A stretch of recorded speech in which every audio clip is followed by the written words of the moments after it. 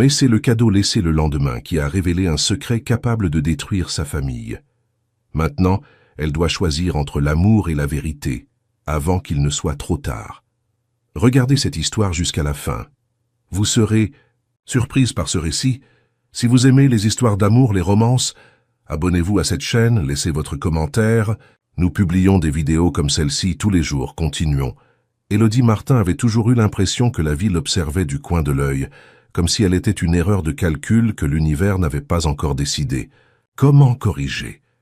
À 24 ans, elle portait sur ses épaules le poids d'une responsabilité qu'elle n'avait jamais demandée et d'une solitude qui était devenue sa compagne la plus constante. Chaque matin, elle se réveillait dans le petit appartement du Marais, qu'elle ne partageait qu'avec les souvenirs fragmentés d'une mère qui ne la reconnaissait plus, et se préparait pour une nouvelle journée aux éditions Cassiopée. La maison d'édition se trouvait dans un vieil immeuble près du quartier Saint-Germain, de ceux aux ascenseurs bruyants et aux couloirs mal éclairés qui semblaient soupirer à chaque pas. L'odeur de papier vieilli et d'encre décolorée imprégnait chaque recoin, mêlée au parfum persistant de café réchauffé et de résignation. Élodie connaissait chaque grincement du parquet, chaque tache d'humidité sur les murs, chaque manuscrit rejeté qui s'accumulait en piles désordonnées sur son bureau. En tant qu'assistante administrative, elle était chargée d'organiser le courrier, d'archiver les contrats et surtout de faire le premier tri des manuscrits qui arrivaient quotidiennement. Des histoires d'amour impossibles, des thrillers mal construits, des mémoires mélancoliques de personnes qui croyaient avoir quelque chose d'important à dire au monde. Élodie lisait tout avec la même attention dévouée qu'elle accordait aux factures de la maison. Méticuleuse, silencieuse, sans jamais laisser transparaître si ces mots la touchaient d'une façon ou d'une autre. Monsieur Delacroix, directeur de la maison d'édition, était un homme de 72 ans qui fumait des cigares cubains même en sachant que le médecin les lui avait interdits. Il avait des cheveux blancs toujours ébouriffés et portait des costumes de lin qui avaient connu des jours meilleurs. Il était gentil avec Élodie, la traitait comme si elle était une fille lointaine, et parfois elle sentait qu'il voyait en elle quelque chose qu'elle-même n'arrivait pas à percevoir. Ce jeudi matin, alors que l'automne parisien commençait à donner des signes qu'il arriverait plus tôt que prévu, Élodie organisait une pile de manuscrits quand elle entendit le bruit familier de l'ascenseur. Mais il y avait quelque chose de différent dans le son des pas qui s'approchaient. Ils étaient fermes, décidés, complètement étrangers à l'atmosphère mélancolique qui planait sur l'endroit. C'est alors qu'elle le vit pour la première fois.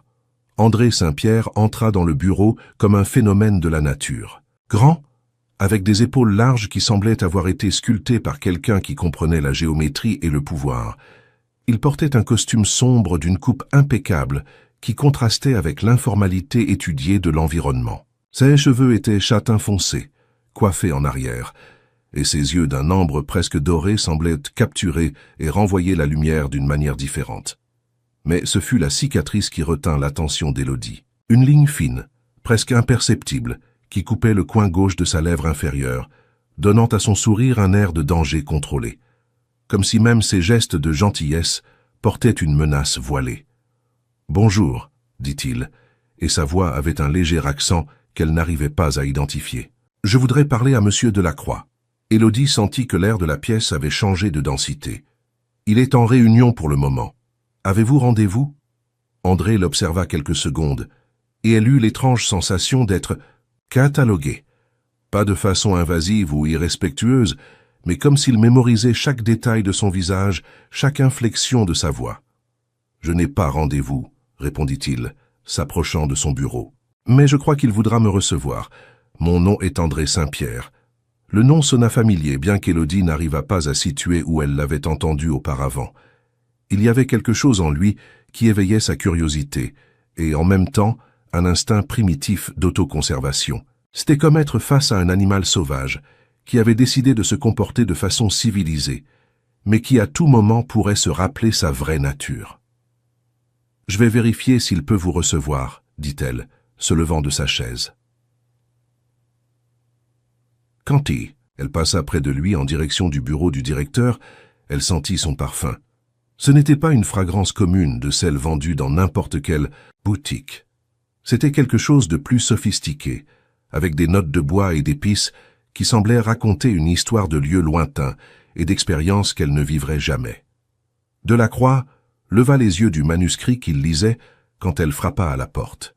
« Qu'y a-t-il, ma chère ? » « Il y a un homme ici qui aimerait vous parler, André Saint-Pierre. » L'expression du directeur changea instantanément. Le manuscrit glissa de ses mains et il se leva de sa chaise avec une hâte qu'il n'avait pas montrée depuis des années. « Saint-Pierre » répéta-t-il, comme s'il avait besoin de s'assurer qu'il avait bien entendu. « Faites-le entrer immédiatement. » Élodie retourna à l'accueil où André attendait debout, observant les livres sur les étagères avec un intérêt sincère. Il y avait quelque chose dans la façon dont il regardait les objets qui l'intriguaient. Ce n'était pas le regard de quelqu'un qui ne voyait que de la marchandise ou un investissement, mais de quelqu'un qui comprenait la valeur sentimentale des choses. « Monsieur Delacroix peut vous recevoir maintenant, » dit-elle. « Merci. » Il fit une pause, puis ajouta « Quel est votre nom ?»« Élodie.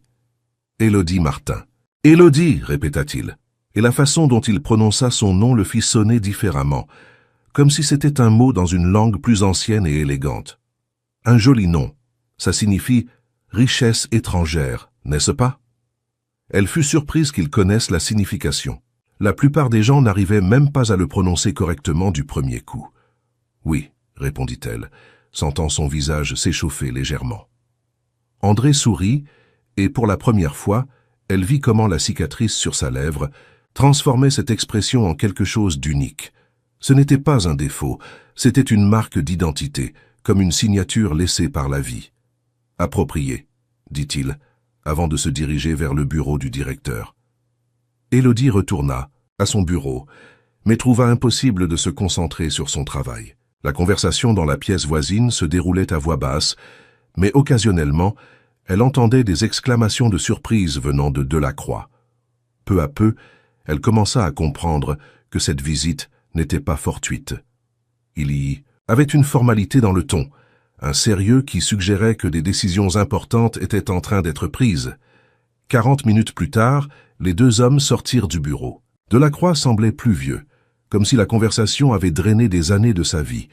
André, au contraire, conservait le même calme composé qu'à son arrivée. « Élodie » appela le directeur, « pouvez-vous préparer un café pour Monsieur Saint-Pierre? Il va passer beaucoup de temps ici dans les jours à venir. »« Les jours à venir ?» demanda-t-elle, sans parvenir à dissimuler sa curiosité. « Monsieur Saint-Pierre est notre nouveau propriétaire, » dit Delacroix, et il y avait dans sa voix quelque chose qui semblait un mélange de soulagement et de mélancolie. La maison d'édition a changé de main aujourd'hui. Élodie sentit le sol se dérober sous ses pieds. Pas tant pour le changement en lui-même, qui était quelque chose que tous attendaient depuis des mois, étant donné la situation financière de l'entreprise, mais par la façon soudaine et silencieuse dont tout s'était produit, et principalement par la façon dont André l'observait, comme s'il attendait sa réaction. « Ne vous inquiétez pas, dit-il, s'adressant directement à elle. Rien ne va changer drastiquement, du moins pas pour l'instant. » Il y avait quelque chose dans la façon dont il dit « pour l'instant » qui lui fit ressentir un frisson dans la colonne vertébrale. Ce n'était pas une menace, mais ce n'était pas non plus exactement une garantie. Dans les jours qui suivirent, André commença à fréquenter régulièrement la maison d'édition. Il arrivait toujours en milieu de matinée, habillé impeccablement, et s'installait dans la salle de réunion avec des piles de documents et un ordinateur portable argenté, qu'il manipulait avec des doigts agiles et précis. Parfois, il parlait au téléphone dans une langue qu'Élodie n'arrivait pas à identifier, mais qui sonnait slave et chargée d'autorité. Curieusement, il semblait s'intéresser au fonctionnement réel de la maison d'édition. Pas seulement aux chiffres ou aux contrats, mais aux manuscrits, aux auteurs, au processus éditorial. Plusieurs fois, il demanda à voir des originaux qui étaient en cours d'évaluation, et ses observations étaient toujours pertinentes et démontraient une connaissance surprenante de la littérature. « Vous lisez tous les manuscrits qui arrivent ?» demanda-t-il un après-midi, s'approchant du bureau d'Élodie avec une tasse de café à la main. « Je fais le premier tri », répondit-elle, essayant de maintenir un ton professionnel. « Je sélectionne ceux qui ont du potentiel pour être évalués par les éditeurs. » « Et comment décidez-vous ce qui a du potentiel ?» C'était une question simple mais que personne n'avait posée auparavant. Élodie fit une pause, réfléchissant à comment expliquer quelque chose qui pour elle était plus de l'intuition que de la méthode. « Je cherche l'authenticité, dit-elle finalement. Des histoires qui sonnent vraies, même quand c'est de la fiction. Des personnes qui écrivent, parce qu'elles en ont besoin, pas parce qu'elles veulent impressionner. » André l'observa un long moment, et elle eut à nouveau la sensation d'être cataloguée, comme s'il créait un fichier mental de ses caractéristiques. « Intéressant, dit-il. Et vous, vous écrivez ? » « Non, répondit-elle rapidement, peut-être trop rapidement. Je n'ai jamais eu le temps pour ça. Le temps, répéta-t-il, comme si le mot avait une signification spéciale. Oui, le temps est un luxe que tout le monde ne peut pas s'offrir. Il y avait quelque chose de mélancolique dans la façon dont il avait dit cela, comme s'il parlait par expérience personnelle. Élodie voulut lui poser des questions sur sa vie, d'où il venait, ce qui l'avait amené ici, mais elle ne trouva pas le courage. Il y avait une barrière invisible autour d'André, une sorte de champ de force qui décourageait les questions personnelles. La semaine suivante, il commença à apporter le déjeuner pour tous les employés. Pas de la nourriture ordinaire, mais des repas élaborés d'un restaurant cher du quartier. Il disait que c'était une façon de remercier l'équipe pour son dévouement pendant la transition, mais Élodie remarqua qu'il s'assurait toujours qu'elle reçoive la portion la plus généreuse. « Vous ne mangez pas assez », commenta-t-il lors d'une de ces occasions, l'observant piquer distraitement sa salade. « Comment le savez-vous » demanda-t-elle sincèrement curieuse. « Observation, dit-il simplement. C'est une habitude professionnelle. Quelle profession exige d'observer si les gens mangent suffisamment ?» André sourit, et à nouveau la cicatrice transforma l'expression en quelque chose d'énigmatique. Beaucoup, en fait, mais principalement celle qui implique de prendre soin de choses importantes. La façon dont il dit « choses importantes », en la regardant directement, fit qu'Élodie sentit ses joues chauffer. Il y avait quelque chose dans l'intensité de ce regard doré qui la laissait simultanément mal à l'aise et fascinée. Peu à peu, elle commença à remarquer qu'André avait l'habitude d'apparaître chaque fois qu'elle avait besoin de quelque chose. Quand l'imprimante se bloquait, il était là pour aider. Quand elle renversait du café sur son chemisier blanc, il apparaissait avec un mouchoir impeccablement plié.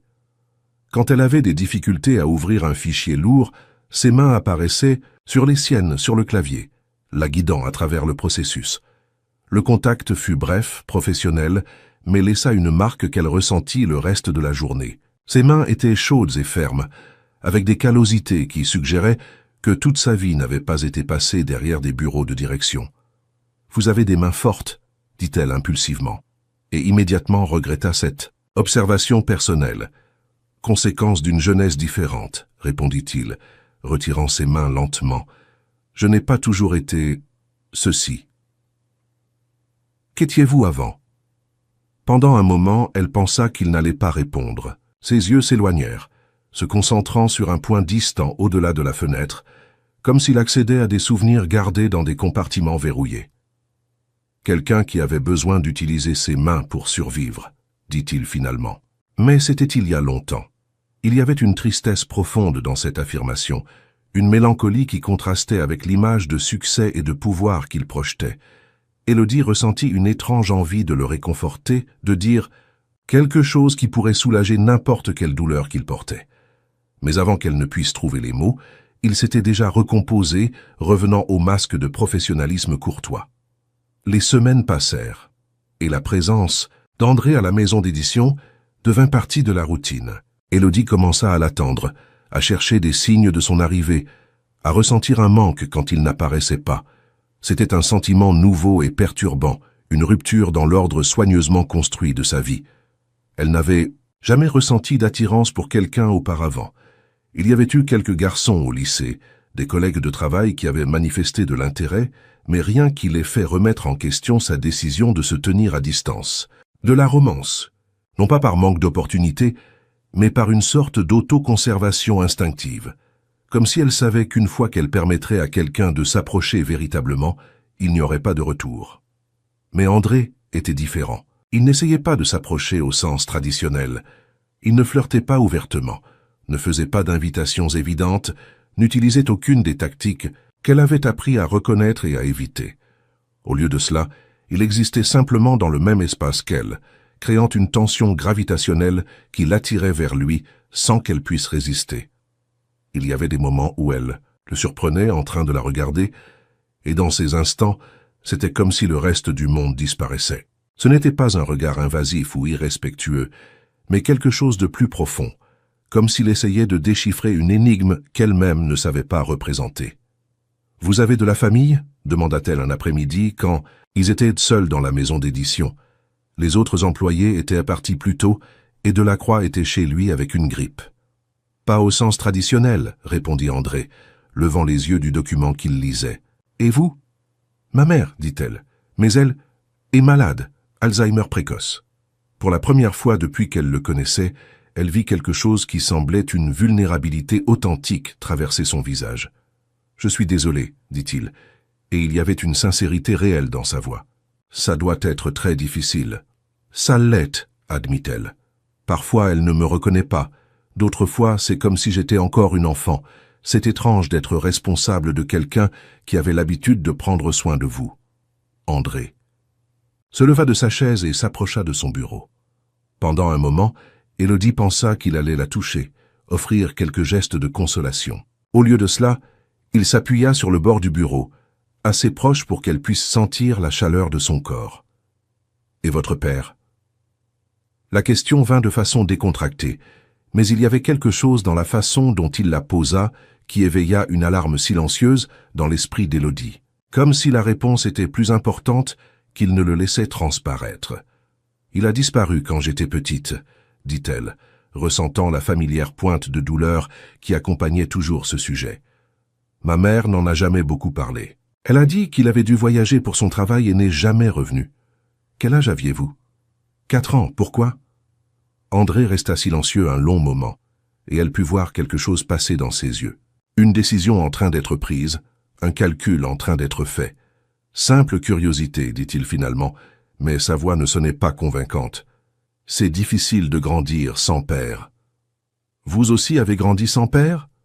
J'ai grandi sans beaucoup de choses, répondit-il, retournant à sa chaise. Mais j'ai appris que parfois les absences sont plus informatives que les présences. Une fois de plus, il y avait des couches dans ses paroles qu'Élodie n'arrivait pas à déchiffrer. C'était comme si chaque conversation avec lui était un puzzle dont elle ne pouvait voir que quelques pièces. Ce soir-là, elle resta à la maison d'édition jusqu'à tard, organisant les manuscrits qui étaient arrivés pendant la semaine. André travaillait aussi, concentré sur des feuilles de calcul et des rapports qui semblaient ne jamais avoir de fin. La maison d'édition dans le silence de la nuit avait une atmosphère différente, plus intime, comme si eux deux étaient les seuls habitants d'un monde particulier. « Élodie, » dit-il soudainement, la faisant lever les yeux. « Avez-vous déjà pensé à faire quelque chose de différent de votre vie ?» La question l'a pris au dépourvu. « Comment ça ?»« Voyager, connaître de nouveaux endroits, expérimenter des choses que vous n'avez jamais expérimentées. » Il y avait quelque chose dans la façon dont il posa la question qui lui fit sentir que ce n'était pas juste une conversation décontractée. C'était comme s'il testait quelque chose, évaluant sa réponse. Parfois, admit-elle, mais ce n'est pas quelque chose que je peux me permettre de beaucoup penser. J'ai des responsabilités. Et si les responsabilités étaient temporairement résolues, que voulez-vous dire? André se leva et marcha jusqu'à la fenêtre, observant la ville illuminée en bas. Quand il se retourna pour la regarder à nouveau, il y avait une intensité dans ses yeux qu'elle n'avait jamais vue auparavant. Je veux dire que parfois les opportunités apparaissent de façons inattendues. Et quand elles apparaissent, il est important d'être prête à les reconnaître. Vous parlez d'une opportunité spécifique? Peut-être, dit-il, s'approchant d'elle à nouveau.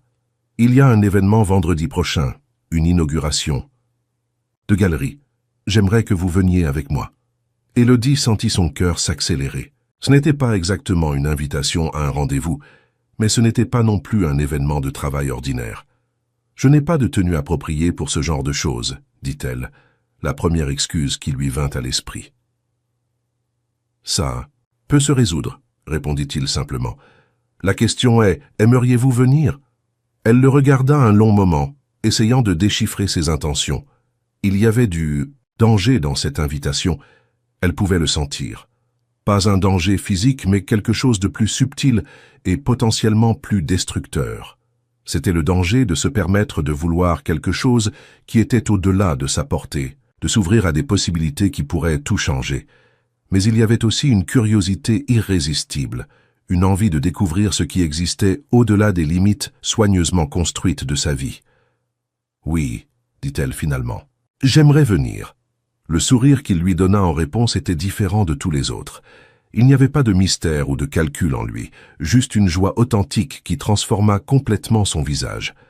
Pendant un moment, elle vit, non pas l'homme d'affaires puissant et énigmatique, mais un homme qui venait d'entendre la réponse qu'il attendait. « Parfait, dit-il. Je viendrai vous chercher à 7 heures. » Après qu'il soit parti, Élodie resta seule dans la maison d'édition silencieuse, traitant ce qui venait de se passer. Elle avait franchi une ligne invisible, accepté d'entrer dans un territoire inconnu. Et aussi effrayant que cela puisse être, c'était aussi la première fois depuis longtemps qu'elle sentait que quelque chose d'intéressant était sur le point d'arriver dans sa vie.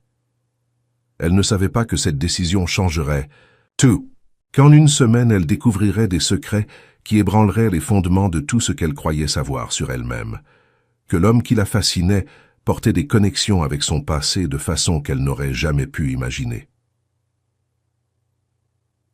Pour l'instant, tout ce qu'elle savait, c'est que quelque chose avait commencé, quelque chose qui ne pouvait plus être défait. Élodie passa les 3 jours suivants dans un état d'anxiété constante qui alternait entre excitation et panique. Elle avait accepté l'invitation par impulsion, mue par une curiosité qu'elle ne pouvait pas expliquer, mais maintenant que la réalité de l'engagement s'approchait, elle commençait à remettre en question sa décision. Quel genre d'événement serait-ce? Comment devrait-elle se comporter? Et surtout, qu'attendait André de cette soirée? Le jeudi, une boîte élégante apparut sur son bureau à la maison d'édition. Elle était grande, enveloppée de papier, argentée et attachée avec un ruban de velours noir. Il n'y avait pas de carte, mais elle savait immédiatement de qui cela venait. Ses mains tremblèrent légèrement quand elle défit le nœud. À l'intérieur, soigneusement pliée entre des couches de papier de soie, se trouvait la robe la plus belle qu'elle ait jamais vue. Elle était d'un bleu profond qui rappelait le ciel en fin d'après-midi, faite d'un tissu qui semblait liquide au toucher. La coupe était élégante sans être excessivement révélatrice, avec des manches 3/4 et un décolleté discret qui suggérait la sophistication. Avec la robe, il y avait des chaussures à talons moyens de la même couleur, un petit sac délicat, et quelque chose qui fit son cœur s'emballer. Un ensemble de lingerie en dentelle française, également bleue, qui semblait avoir été choisi par quelqu'un qui connaissait parfaitement ses mensurations. Le fait qu'il ait deviné la taille de tout, y compris les pièces intimes, aurait dû l'effrayer. Au lieu de cela, cela éveilla une excitation étrange, comme s'il avait démontré une attention aux détails qui allait au-delà du professionnel. Il y avait quelque chose d'intensément personnel dans ce cadeau, une intimité implicite qui la fit se sentir exposée et désirée en même temps. « Ça va avec vos yeux », dit une voix derrière elle. Élodie se retourna rapidement, trouvant André debout à quelques pas de distance. Elle n'avait pas entendu son arrivée, absorbée comme elle l'était dans la découverte du cadeau. « C'est beaucoup trop beau », dit-elle, sentant ses joues rougir. « Mais je ne peux pas accepter quelque chose comme ça. Ça a dû coûter une fortune. » « L'argent n'est pas une préoccupation, répondit-il, s'approchant du bureau. « Et vous pouvez accepter, oui. Ce n'est qu'une robe. Ce n'est pas juste une robe, et vous le savez. » André s'arrêta devant elle, et de nouveau, elle eut la sensation d'être étudiée par ses yeux dorés. Il y avait quelque chose de différent. En lui ce jour-là, une intensité qui semblait plus proche de la surface. « Vous avez raison, dit-il finalement. Ce n'est pas juste une robe, c'est une déclaration d'intention. » « Quelles intentions? Les miennes, répondit-il simplement, et peut-être les vôtres aussi, si vous êtes honnête avec vous-même. » La façon directe dont il dit cela fit que quelque chose se contracta dans l'estomac d'Élodie. Ce n'était pas inconfortable, c'était électrisant, comme s'il avait mis en mots quelque chose qu'elle essayait de nier à elle-même. « Je ne sais pas comment agir dans ce genre de situation, » admit-elle, avec une honnêteté qui la surprit. « Alors, agissez comme vous-même, » dit-il, tendant la main pour toucher légèrement son visage. Le toucher fut bref, mais laissa une marque de chaleur sur la peau. C'est tout ce dont j'ai besoin. Le vendredi, Élodie quitta le travail plus tôt pour se préparer. À la maison, elle prit un bain prolongé, lava ses cheveux avec un soin inhabituel et se maquilla avec plus d'attention qu'elle ne l'avait fait depuis des années. Quand elle enfila le cadeau d'André, elle se sentit transformée. Le miroir reflétait une version d'elle-même qu'elle ne reconnaissait pas complètement. Plus confiante, plus féminine, plus dangereuse. À 7 heures précises, la sonnette retentit. Élodie ouvrit la porte et resta sans souffle. André portait un smoking noir qui semblait avoir été fait sur mesure, avec une cravate également noire et des boutons de manchette qui brillaient discrètement. Ses cheveux étaient coiffés en arrière, accentuant la structure forte de son visage, et le parfum qu'elle avait appris à associer à lui était plus intense dans la fraîcheur de la soirée. « Vous êtes éblouissante, » dit-il, et il y avait une révérence sincère dans sa voix qui la fit se sentir vraiment belle pour la première fois de sa vie. « Merci, » répondit-elle, essayant de contrôler ses nerfs. « Vous êtes aussi très élégant. » La voiture qui les attendait dans la rue n'était pas celle qu'elle imaginait. Au lieu d'une limousine ostentatoire, c'était une berline noire discrète, mais visiblement chère. Le chauffeur, un homme d'âge moyen à l'apparence militaire, salua respectueusement André avant d'ouvrir la porte à Élodie. « Nicolas s'occupe de ma sécurité depuis de nombreuses années, » expliqua André quand ils s'installèrent sur la banquette arrière. « C'est l'une des rares personnes en qui j'ai totalement confiance. »« Vous avez besoin de sécurité ?» demanda-t-elle, curieuse. « Tous ceux qui ont quelque chose à perdre ont besoin de sécurité, » répondit-il. Mais il y avait quelque chose de sombre dans la façon dont il dit cela. Le monde peut être un endroit dangereux pour qui n'est pas préparé. La galerie se trouvait dans un quartier chic de l'ouest parisien, dans un bâtiment moderne, avec une façade de verre qui reflétait les lumières de la ville. Quand ils arrivèrent, Élodie remarqua que ce n'était pas un petit événement. Il y avait des photographes à l'entrée, des voitures chères garées dans la rue, des personnes élégamment vêtues marchant vers le bâtiment.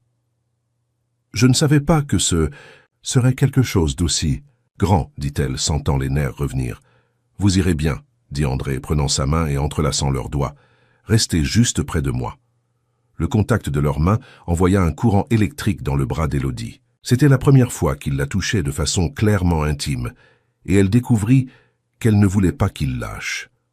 À l'intérieur de la galerie, l'ambiance était sophistiquée mais accueillante. Les murs blancs exposaient des photographies en noir et blanc d'une qualité artistique impressionnante, et il y avait de petits groupes de personnes, conversant à voix basse tout en dégustant champagne et canapé. Élodie reconnut quelques visages de magazines et de journaux, des personnes du monde des arts et des affaires qu'elle n'avait vues qu'en photographie. André la guida à travers les groupes avec une aisance naturelle, saluant des personnes ici et là, gardant toujours sa main dans le bas de son dos dans un geste qui était à la fois protecteur et possessif. Elle remarqua comment les gens réagissaient à lui, avec respect, certainement, mais aussi avec une sorte de prudence soigneuse, comme s'il était quelqu'un de trop important pour être ignoré, mais trop dangereux pour être sous-estimé. « André, quelle surprise de vous voir ici !» La voix féminine les fit s'arrêter. Une femme s'approcha, grande et élégante, avec des cheveux blonds parfaitement coiffés et une robe rouge qui coûtait plus qu'Élodie ne gagnait en un an.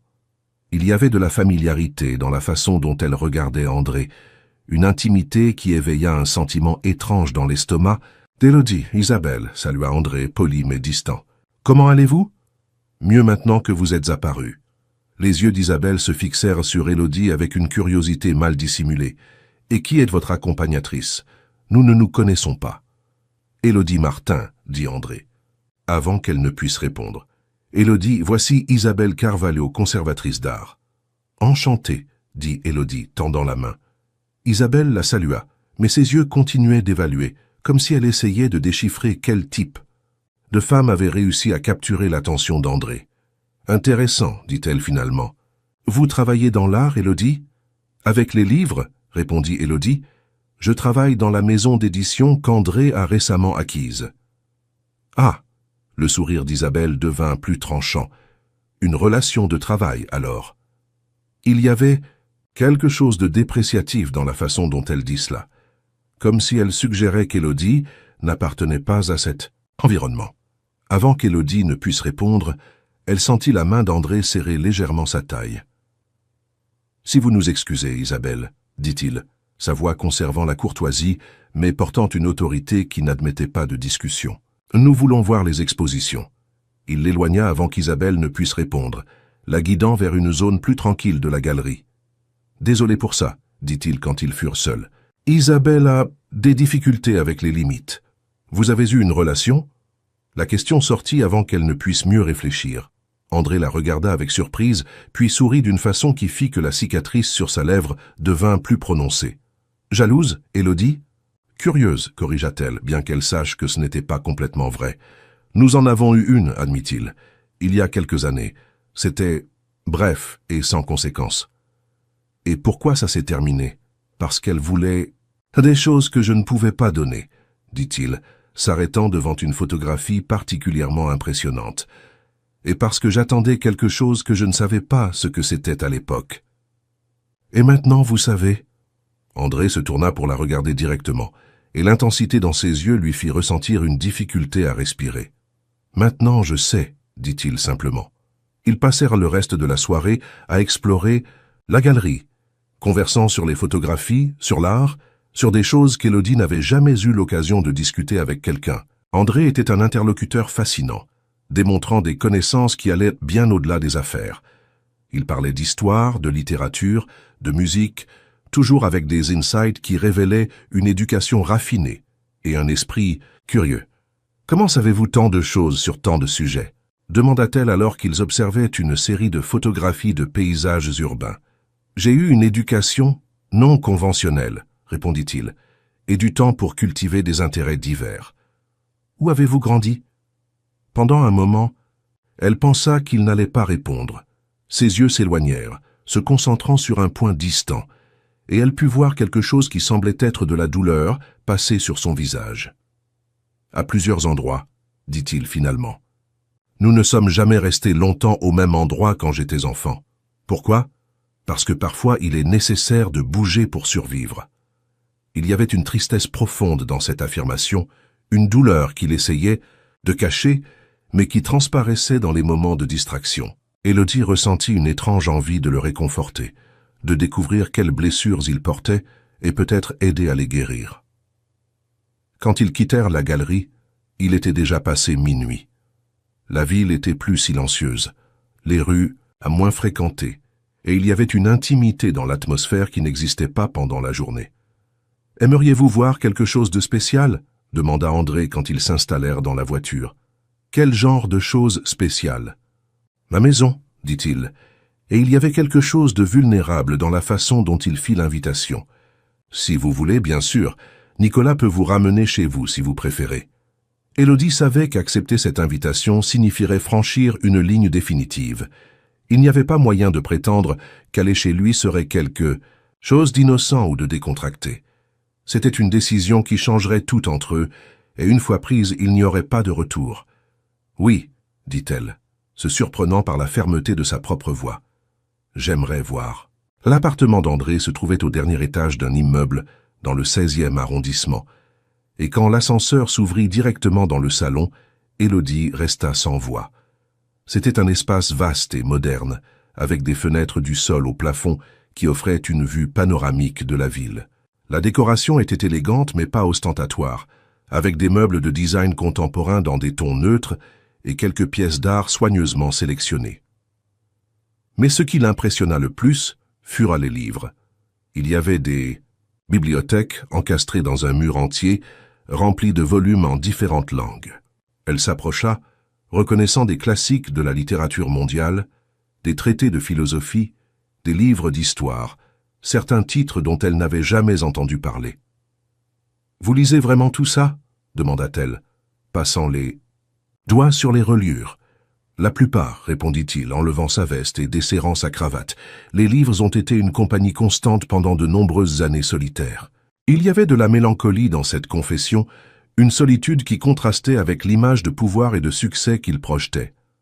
Élodie se tourna pour le regarder et fut surprise de le voir l'observer avec une intensité presque douloureuse.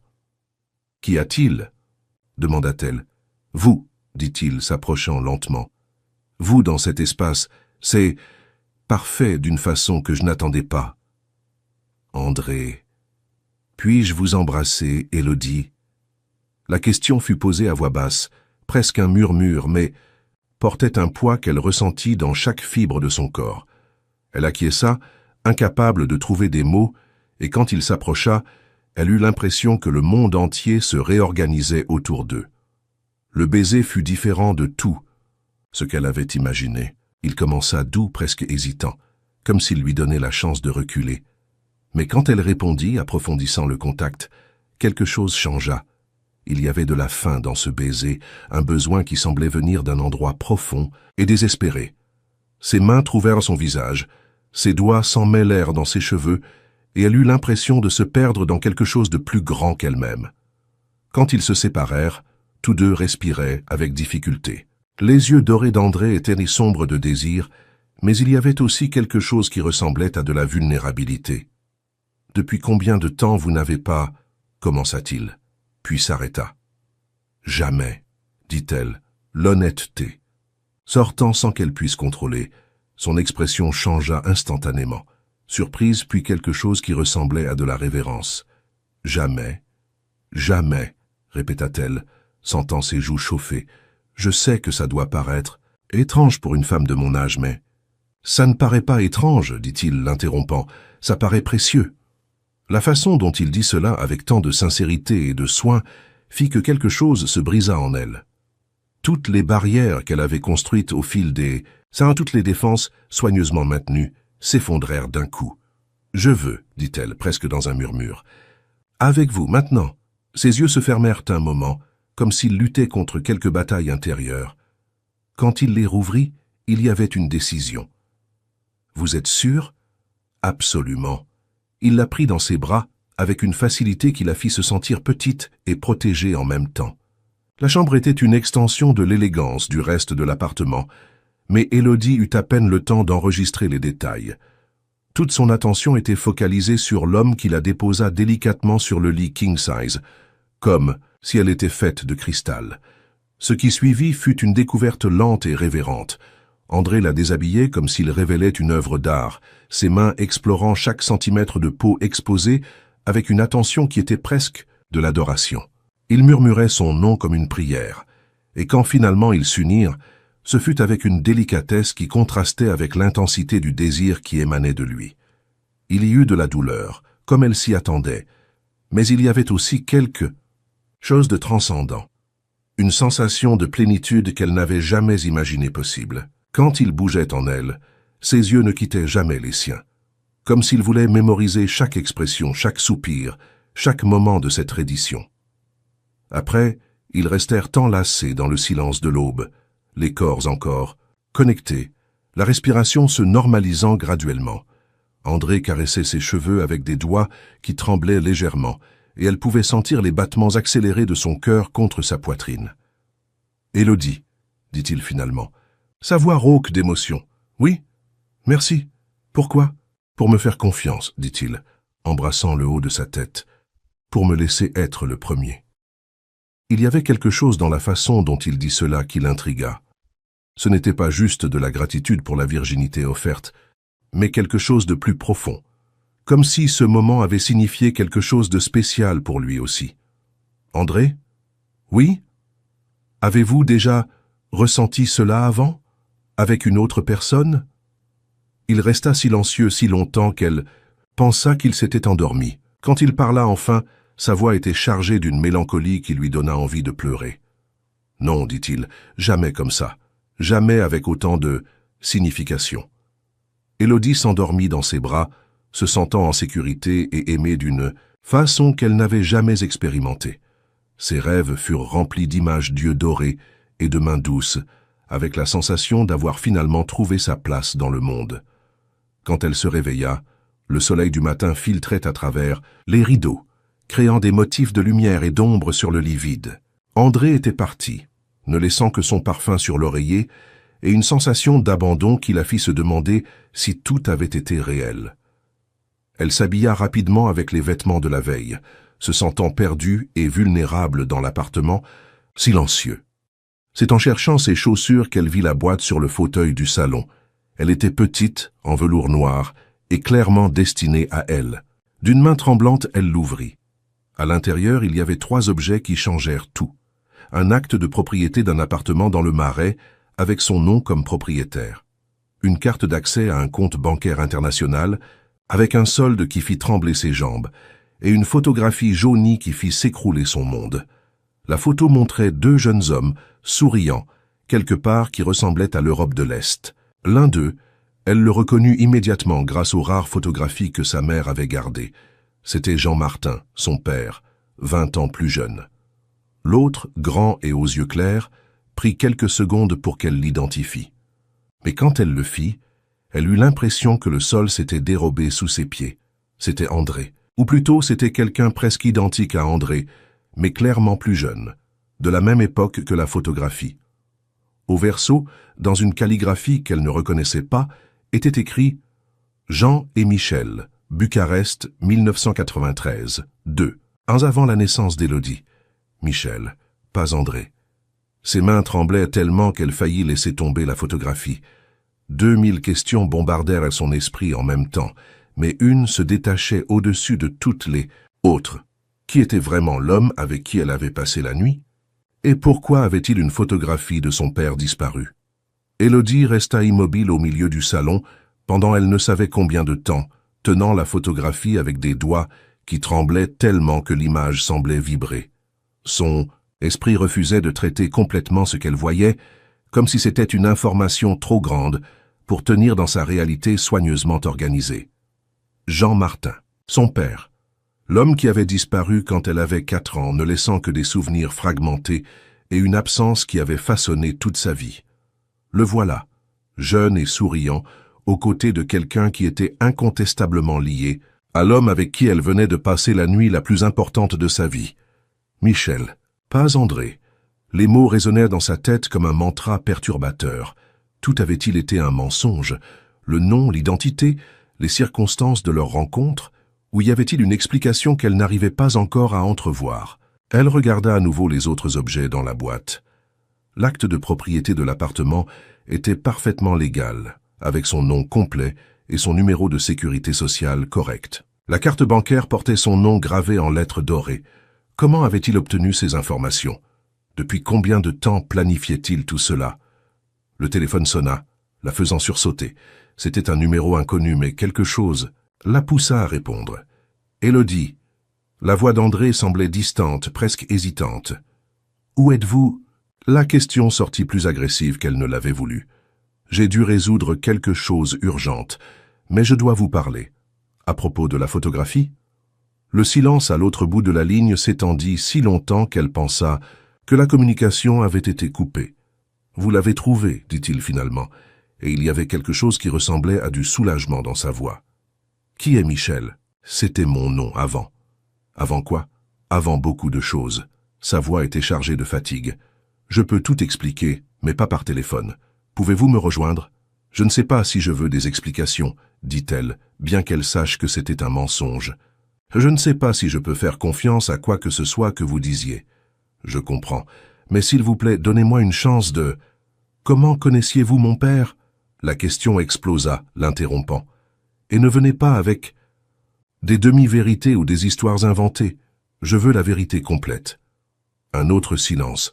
Quand il parla à nouveau, sa voix était plus basse, presque un murmure. « Votre père a sauvé ma vie, dit-il, et je n'ai pas pu sauver la sienne. » La bête s'est tapin. Mots frappèrent Élodie comme un coup de poing dans l'estomac. « Que voulez-vous dire? »« Pas par téléphone, Élodie. C'est trop dangereux. Pouvez-vous venir à la maison d'édition? J'y serai dans 1 heure. »« S'il vous plaît, dit-il, et il y avait quelque chose de désespéré dans sa voix. Après tout ce qui s'est passé entre nous, vous me devez au moins ça. L'appel fut terminé avant qu'elle ne puisse répondre. Élodie resta à regarder le téléphone, partagée entre la colère et une curiosité qui la consumait. Il y avait des mensonges, évidemment, mais il y avait aussi le souvenir de la nuit précédente, de la vulnérabilité qu'elle avait vue dans ses yeux, de la façon dont il avait murmuré son nom comme si c'était quelque chose de sacré. Elle s'habilla rapidement, choisissant des vêtements confortables et pratiques, comme si elle se préparait pour une bataille. Elle garda la photographie dans son sac avec les autres documents et appela un taxi pour la maison d'édition. Le bâtiment était vide en ce samedi matin, mais elle connaissait le code de l'ascenseur. Quand elle arriva à l'étage de la maison d'édition, elle trouva la porte ouverte et André assis à son bureau de travail, portant encore le smoking de la veille, mais avec la cravate défaite et les cheveux décoiffés. Il avait un verre à la main et une expression d'épuisement profond sur le visage. « Vous avez bu ?» demanda-t-elle, remarquant l'odeur de whisky dans l'air. « Un peu, admit-il, levant les yeux vers elle. Ça a été une longue nuit, pour moi aussi. » Ils s'observèrent un moment, et Élodie sentit la même attraction magnétique que toujours, mais maintenant tempérée par la méfiance et la peine. C'était comme regarder un étranger qui portait le visage de quelqu'un qu'elle aimait. « Montrez-moi la photographie, dit-il. Elle sortit l'image du sac et la posa sur le bureau entre eux deux. André la regarda longuement et elle put voir la douleur traverser son visage. « Bucarest, 1993, dit-il, touchant le bord de la photo avec précaution. J'avais 17 ans. Votre père, 22. Comment vous êtes-vous rencontrés ?» André se leva et marcha jusqu'à la fenêtre, regardant la ville qui s'éveillait lentement. « Ma mère travaillait pour les services de renseignement roumains, commença-t-il, sans se retourner. Pas par choix, mais parce qu'il n'y avait pas d'autre option pour une femme dans sa situation. Quand l'Union soviétique a commencé à se désintégrer, beaucoup d'opérations sont devenues flottantes. Des agents abandonnés, des réseaux, d'espionnage sans commandement central, des informations précieuses sans propriétaire défini. Et mon père? Votre père était un agent infiltré, français travaillant pour un consortium d'entreprises qui voulait des informations sur les privatisations en Europe de l'Est. Mais il n'était pas seulement un homme d'affaires déguisé. Il était intelligent, compatissant et avait une rare capacité à gagner la confiance des gens. Élodie ressentit un étrange mélange de fierté et de peur. Continuez. « Ma mère est tombée amoureuse de lui, » dit André, se retournant finalement pour la regarder. Ou elle a pensé qu'elle était amoureuse. En réalité, c'était juste une femme désespérée s'accrochant à la première personne qu'il avait traitée avec gentillesse depuis des années. Et vous? J'étais un enfant qui avait grandi dans des environnements où la confiance était un luxe dangereux. Mais votre père, il me traitait comme si j'étais important. Il m'a enseigné des choses. Il m'a protégé quand d'autres m'auraient abandonné. Il y avait une émotion authentique dans sa voix, une douleur qui semblait venir d'un endroit très profond. Élodie sentit sa colère commencer à se mêler à quelque chose de plus confus. Que s'est-il passé? Les choses se sont compliquées. Il y a eu un changement dans les gouvernements, de nouveaux accords politiques, et soudain les informations que votre père avait collectées sont devenues beaucoup plus précieuses que quiconque n'avait prévu. Ce n'étaient pas juste des données sur des entreprises qui pourraient être privatisées. C'étaient des documents qui pouvaient faire tomber des gouvernements, détruire des carrières, mettre fin à des fortunes entières. Et il a volé ces documents. Il a essayé de sortir. De l'opération, corrigea André. Il voulait retourner en France vers sa femme enceinte. Mais quand vous êtes dans ce genre de monde, sortir n'est pas une option qu'ils offrent facilement. Élodie sentit son estomac se contracter. Ma mère était enceinte de moi. Oui, et il parlait constamment de vous, même avant votre naissance. Il disait que ce serait différent, qu'il élèverait sa fille dans un monde où elle n'aurait jamais besoin de regarder par-dessus son épaule. Mais il a disparu quand j'avais 4 ans, parce qu'ils l'ont trouvé.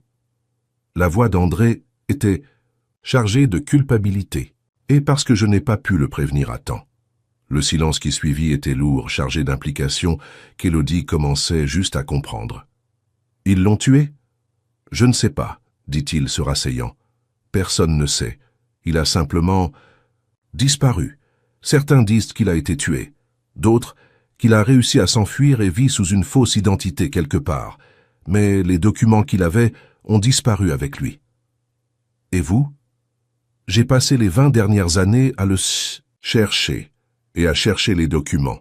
La confession sortit comme si elle était arrachée de force, et Élodie eut l'impression qu'un abîme s'était ouvert sous ses pieds. « C'est pour ça que vous m'avez trouvé, » dit-elle, sa voix sortant comme un murmure. « Ce n'était pas une coïncidence. Vous avez acheté la maison d'édition parce que je savais qui vous étiez. confirma-t-il, rencontrant ses yeux, parce que je pensais que peut-être, à travers vous, je pourrais découvrir ce qui lui est arrivé. Et, la nuit dernière, c'était juste une partie du plan? La question sortit chargée de douleur, et elle vit quelque chose se briser sur son visage. Non, dit-il, se levant brusquement. La nuit dernière c'était la première chose réelle qui est arrivée dans ma vie depuis longtemps. Comment puis-je vous croire?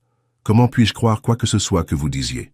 Parce que je vous dis la vérité maintenant, même en sachant que je peux vous perdre pour toujours. Il y avait du désespoir dans sa voix, une vulnérabilité qui contrastait violemment avec l'image de contrôle qu'il projetait toujours. Mon nom était Michel Saint-Pierre, continua-t-il. J'ai changé pour André Saint-Pierre quand j'ai réussi à sortir d'Europe de l'Est. J'ai construit une fortune, une identité, une vie entière dédiée à trouver des réponses. Et oui, quand j'ai découvert où vous étiez, j'ai monté toute une opération pour m'approcher. Je vais poursuivre la traduction française de l'histoire. Toute une opération, répéta-t-elle, ressentant de la nausée. Mais quand je vous... Très connu, dit-il, s'approchant d'elle lentement. Quand j'ai commencé à voir qui vous étiez vraiment, tout a changé. Vous n'étiez pas juste la fille de Jean Martin. Vous étiez Élodie. Vous étiez intelligente et forte et belle d'une façon qui allait bien au-delà de l'apparence physique. Vous étiez quelqu'un qui me faisait me rappeler ce que c'est que de ressentir de l'espoir. Arrêtez, dit-elle, levant la main. Arrêtez simplement. Élodie, vous avez menti sur tout. Votre nom, votre histoire, les raisons pour lesquelles vous étiez là. Comment puis-je croire que vos sentiments sont réels? Parce que je suis ici, dit-il simplement.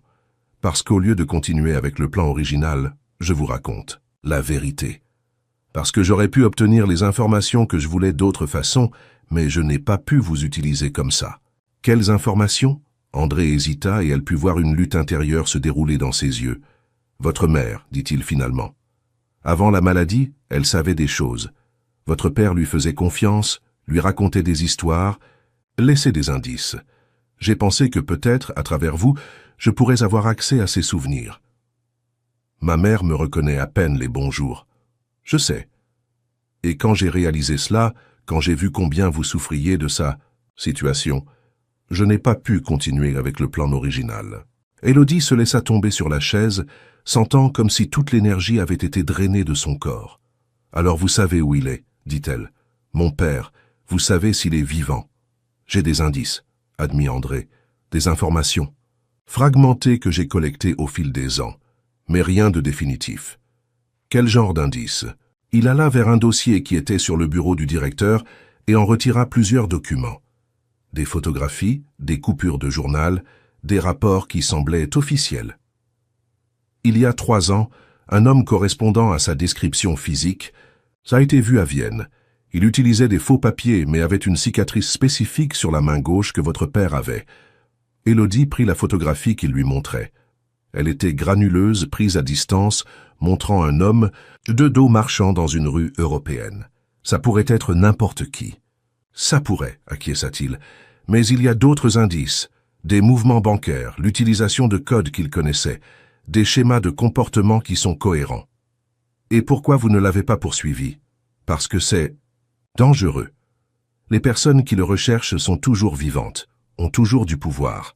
Et parce que s'il a vraiment réussi à construire une nouvelle vie, peut-être qu'il ne veut pas être retrouvé.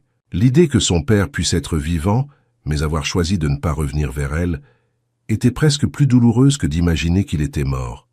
Mais maintenant, continua André, avec vous, il est peut-être possible de découvrir la vérité. Comment? En voyageant à Vienne, en suivant les indices, en parlant avec des personnes qui étaient là à l'époque, et en risquant nos vies dans le processus. Oui, dit-il, rencontrant ses yeux. En risquant nos vies. Élodie le regarda longuement, essayant de déchiffrer s'il y avait autre chose au-delà de la culpabilité et du désir de rédemption dans son offre. Pourquoi feriez-vous cela? Demanda-t-elle. Après 20 ans, pourquoi risquer tout maintenant? Parce que je lui dois ça, dit André. Et parce que, égoïstement, c'est la seule façon que je puisse imaginer pour peut-être gagner votre pardon. Mon pardon. Vous avez le droit de me détester, dit-il. Vous avez le droit de ne plus jamais vouloir me voir. Mais avant de prendre cette décision, Laissez-moi essayer de réparer au moins une partie de ce qui a été brisé. Élodie se leva et marcha jusqu'à la fenêtre, regardant la ville qui s'étendait au-delà de la vitre. Toute sa vie avait été définie par l'absence de son père, par les questions sans réponse, par la sensation d'être incomplète.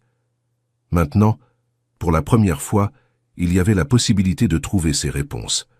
Mais le prix serait de faire confiance à l'homme qui lui avait menti depuis le premier moment. « Si j'accepte, dit-elle sans se retourner, ce n'est pas parce que je vous ai pardonné, c'est parce que j'ai besoin de savoir la vérité sur mon père. Je comprends.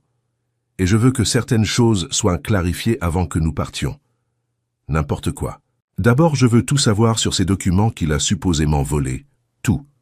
C'étaient des informations sur des opérations de renseignement économique dans plusieurs pays d'Europe de l'Est, des détails sur des pots de vin, des chantages, des assassinats déguisés en accidents, des données qui pourraient impliquer des politiciens, des hommes d'affaires, même des agents qui sont encore actifs. Et vous voulez trouver ces documents? Oui, mais pas pour les raisons que vous pensez. Quelles raisons? André s'approcha d'elle, s'arrêtant à quelques pas de distance.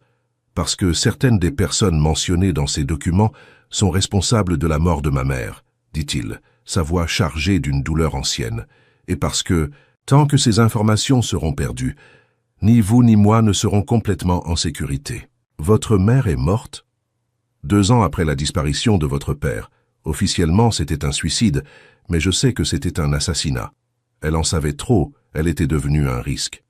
Élodie ressentit une compassion inattendue pour lui. Tous deux avaient perdu leurs parents à cause de ce monde de secrets et de mensonges dans lequel ils n'avaient pas choisi d'entrer. La deuxième chose que je veux savoir, dit-elle, c'est à propos de nous, à propos de ce qui s'est passé hier soir. Que voulez-vous savoir? Si c'était réel, si une partie de vos sentiments pour moi est authentique, ou si tout faisait partie d'un plan élaboré. André resta silencieux si longtemps qu'elle commença à se tourner pour le regarder. Quand elle le fit, elle fut surprise de voir des larmes dans ses yeux. La nuit dernière a été la première fois en 20 ans que je me suis senti comme un être humain normal, dit-il. C'était la première fois que j'ai fait l'amour avec quelqu'un, au lieu de simplement avoir des relations sexuelles. C'était la première fois que j'ai regardé vers le futur et vu autre chose que de la vengeance et de la solitude. André, vous voulez la vérité complète? Dit-il, s'approchant d'elle. La vérité est que je suis tombé amoureux de vous bien avant la nuit dernière. Je suis tombé amoureux de la façon dont vous traitez les manuscrits rejetés avec le même soin que vous accordez aux grands classiques. Je suis tombé amoureux de la façon dont vous preniez soin de votre mère, même quand elle ne vous reconnaissait pas. Je suis tombé amoureux de votre force silencieuse, de votre intégrité, de votre capacité à trouver de la beauté dans les petites choses. Élodie sentit sa résistance commencer à s'effriter, mais se força à maintenir son attention. « Et si nous ne trouvons pas mon père, et si nous découvrons qu'il est mort, alors au moins vous aurez des réponses, dit-il. Et peut-être, si j'ai beaucoup de chance, vous me permettrez de faire partie de votre vie après cela. Comme partie de ma vie? Comme quelqu'un qui vous aime, dit-il simplement. Comme quelqu'un qui veut vous protéger, prendre soin de vous, construire quelque chose de réel avec vous. » Élodie le regarda longuement, voyant non pas l'homme d'affaires puissant et mystérieux, mais un homme brisé essayant de trouver la rédemption. « J'ai besoin de temps pour traiter tout ça, » dit-elle finalement. « Combien de temps? » « Jusqu'à lundi. Je vais réfléchir pendant le week-end et je vous donnerai une réponse. Et si la réponse est non, alors vous me laissez tranquille pour toujours, sans contact, sans tentative d'explication, sans cadeau coûteux. Vous sortez de ma vie comme si vous n'y étiez jamais entré. Et si c'est oui, alors nous voyageons à Vienne, mais avec quelques conditions. Lesquelles? Pas de mensonges, pas d'informations à moitié. Et si à un moment je sens que vous me manipulez ou m'utilisez, j'arrête tout et je rentre. À la maison. J'accepte, dit-il immédiatement. Et une chose de plus, dit-elle, se dirigeant vers la porte. Ne prenez plus jamais de décision sur ma vie sans me consulter. Les cadeaux, les comptes bancaires, les appartements. Rien de tout cela ne se produit sans ma permission. Compris. Elle s'arrêta à la porte sans se retourner. André? Oui? La cicatrice sur votre lèvre. Comment est-elle arrivée? Il y eut une pause avant qu'il ne réponde. Une bagarre quand j'avais 15 ans? J'essayais de protéger ma mère d'un homme qui voulait lui faire du mal. Je n'ai pas réussi à la sauver complètement, mais au moins j'ai réussi à le faire partir. Élodie ferma les yeux un moment, ressentant une étrange douleur dans la poitrine. « Je vous donnerai une réponse lundi, » dit-elle, sortant sans regarder en arrière. Quand elle arriva chez elle, elle trouva une enveloppe qui avait été laissée sous sa porte. À l'intérieur, il y avait une clé et une adresse dans le Marais. C'était l'appartement qu'il avait acheté pour elle, réalisa-t-elle. L'appartement qui était maintenant techniquement le sien. Elle resta à regarder la clé pendant longtemps, essayant de décider quoi faire. Y aller serait comme accepter les cadeaux, comme devenir complice d'une certaine façon de ses méthodes douteuses. Mais c'était aussi sa propriété légale maintenant, et peut-être qu'il y avait des réponses là-bas. Une heure plus tard, elle se tenait devant un immeuble moderne et élégant, tenant la clé et essayant de rassembler le courage d'entrer. L'appartement était au 8e étage, et quand elle ouvrit la porte, elle resta sans souffle. C'était parfait. Pas ostentatoire, mais soigneusement conçu pour ses goûts. Il y avait une bibliothèque avec des étagères vides, attendant d'être remplies. Une cuisine petite mais fonctionnelle, une chambre spacieuse avec vue sur un parc. C'était le genre d'endroit où elle avait toujours rêvé de vivre, mais n'avait jamais osé imaginer qu'elle pourrait avoir. Sur la table du salon, il y avait une autre enveloppe à son nom. À l'intérieur, une lettre écrite à la main. Élodie, 7. Appartement n'est pas un paiement, ni une tentative d'acheter votre pardon. C'est simplement un endroit où vous pouvez être en sécurité au cas où vous auriez besoin d'un refuge. Les clés de l'autre appartement sont également ici, si vous préférez retourner chez vous. Quelle que soit votre décision lundi, l'appartement est à vous, sans condition, sans attache. Je comprends que j'ai brisé votre confiance. Je comprends que je ne pourrai peut-être jamais la récupérer complètement. Mais je veux que vous sachiez que ces derniers mois vous connaissant ont été les plus heureux de ma vie. Si vous décidez d'aller à Vienne avec moi, sachez que je ferai tout, ce qui est en mon pouvoir pour vous protéger et pour trouver les réponses que vous méritez. Si vous décidez que vous ne voulez plus jamais me voir, je respecterai votre décision et disparaîtrai de votre vie. Mais dans tous les cas, je veux que vous soyez heureuse. Je veux que vous ayez la vie que votre père aurait souhaitée pour vous, avec amour et regret, André. Élodie s'assit sur le canapé neuf, tenant la lettre et essayant de ne pas pleurer. Tout était trop compliqué, trop chargé, trop dangereux. Mais pour la première fois en 20 ans, il y avait la possibilité réelle de découvrir ce qui était arrivé à son père. Et malgré toute la douleur et la confusion, elle savait qu'elle aimait André, ou Michel, ou qui qu'il soit réellement, sous toutes les couches de secrets et de mensonges. La question était, cet amour était-il suffisant pour justifier le risque? Elle avait jusqu'à lundi pour décider. Pendant le week-end, Élodie ne dormit pratiquement pas. Elle alternait entre l'ancien appartement et le nouveau, comme si le changement d'environnement pouvait l'aider à voir la situation sous des perspectives différentes. Dans l'ancien appartement, entourée des souvenirs familiers et de l'odeur réconfortante de la maison, elle se sentait encline à la sécurité, à maintenir sa vie petite mais prévisible. Dans le nouvel appartement, baignée par la lumière douce qui entrait par les larges fenêtres, elle sentait un étrange courage grandir en elle, comme si cet espace portait la promesse de possibilités qu'elle n'avait jamais osé imaginer. Le Tétisou, dimanche matin, elle rendit visite à sa mère dans la clinique spécialisée où elle avait obtenu une place quelques mois auparavant. Elle trouva Claire Martin assise sur la véranda, regardant le jardin avec cette expression distante qui était devenue si familière. Parfois, sa mère la reconnaissait, d'autres fois, elle la traitait simplement comme une infirmière gentille. Ce jour-là, elle semblait être quelque part entre les deux états. « Maman, » dit Élodie, s'asseyant à côté d'elle dans le fauteuil à bascule, « je peux te poser quelques questions sur papa. » Claire tourna son visage vers elle, et pendant un moment ses yeux eurent cette clarté qui apparaissait parfois, comme des rayons de soleil traversant des nuages denses. « Jean, » dit-elle, souriant, « mon Jean, il va revenir bientôt, tu sais. Il a dit que c'était juste un voyage de travail. Maman, je suis adulte maintenant. Papa est parti il y a longtemps. »« Non, non, » dit Claire, secouant la tête fermement. « Il m'a appelé la semaine dernière. Il a dit que les choses étaient des compliquées, mais qu'il serait bientôt à la maison. » Élodie sentit son cœur s'accélérer. Parfois, les confusions temporelles de sa mère mélangeaient des décennies, mais occasionnellement il y avait des fragments de lucidité surprenantes. Quelle chose était compliquée, maman? Les papiers, dit Claire, baissant la voix comme si c'était un secret. Il a dit qu'il y avait des gens mauvais à la recherche des papiers qu'il gardait, mais qu'il avait trouvé un endroit sûr pour les cacher. Quel endroit? La boîte à musique, répondit-elle, comme si c'était évident. Celle qu'il m'a donnée quand tu es né. Il a dit que s'il lui arrivait quelque chose, je devrais te donner la boîte quand tu aurais 25 ans. Élodie eut l'impression que l'air avait été aspiré de ses poumons. Maman, où est cette boîte à musique? Mais les yeux de Claire avaient déjà perdu leur focus, se tournant à nouveau vers le jardin, comme si la conversation n'avait jamais eu lieu. Élodie passa le reste du dimanche à fouiller dans toutes les affaires de la famille qui étaient stockées dans l'ancien appartement. Elle trouva des photographies, des lettres, de petits objets personnels, mais aucune boîte à musique. Si elle existait réellement, elle devait être quelque part qu'elle n'avait pas encore cherchée.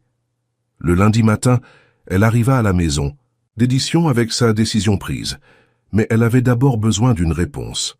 Elle trouva André dans la salle de réunion, habillé impeccablement comme toujours, mais avec des cernes qui suggéraient que son week-end avait été aussi sans sommeil que le sien. « Il existe une boîte à musique », dit-elle sans préambule, fermant la porte derrière elle. André leva les yeux des documents qu'il examinait. « Comment ça? Ma mère a dit que mon père lui a donné une boîte à musique quand je suis né. Elle a dit que s'il lui arrivait quelque chose, elle devrait me donner la boîte quand j'aurais 25 ans. Et où est cette boîte? Je ne sais pas. Je n'arrive pas à la trouver nulle part. » André se leva, et elle put voir son esprit traiter rapidement cette nouvelle information. « Une boîte à musique serait une cachette parfaite, dit-il.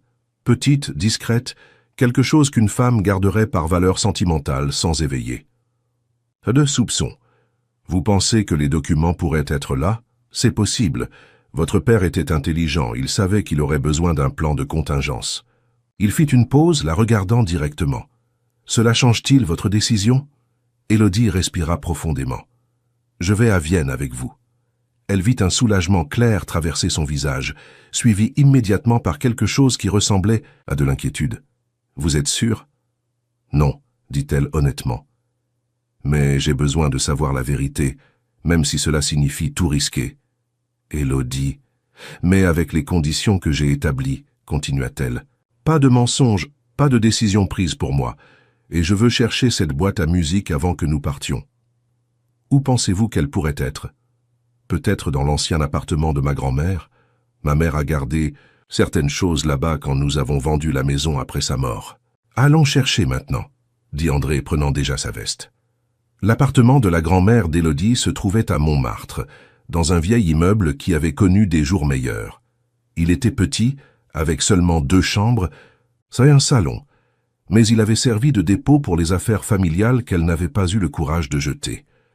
Ils passèrent 2 heures à fouiller dans des boîtes poussiéreuses, de vieux coffres et des tiroirs oubliés. Ce fut André qui la trouva, cachée dans une vieille valise. Une petite boîte à musique en bois sculpté, avec une ballerine qui tournait quand la musique jouait. « C'est celle-ci, » dit Élodie, reconnaissant immédiatement l'objet. Des souvenirs, fragmentés de l'enfance, lui revinrent. Sa mère ouvrant occasionnellement la boîte, laissant la douce mélodie remplir la chambre, tandis que la ballerine dansait. D'une main tremblante, elle ouvrit la boîte. La mélodie familière commença à jouer, mais maintenant il y avait quelque chose de différent. Le fond de la boîte semblait plus haut qu'il ne devrait l'être. André examina soigneusement l'objet et après quelques minutes trouva un mécanisme caché. Une fois pressé, il révéla un compartiment secret. À l'intérieur, il y avait un petit dispositif de stockage, du type utilisé dans les années 90, ainsi qu'une petite clé et un papier avec des nombres écrits à la main. « C'est ça, » dit André, sa voix chargée d'une émotion qu'il essayait de contrôler. 20 ans de recherche, et c'était ici tout ce temps. Que faisons-nous maintenant?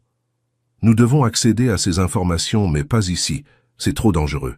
Il la regarda sérieusement. Cela confirme que nous devons aller à Vienne, si ce sont vraiment les informations qui ont disparu. Avec votre père, il y a des gens qui tueraient pour y avoir accès, et qui nous tueraient pour les avoir trouvés.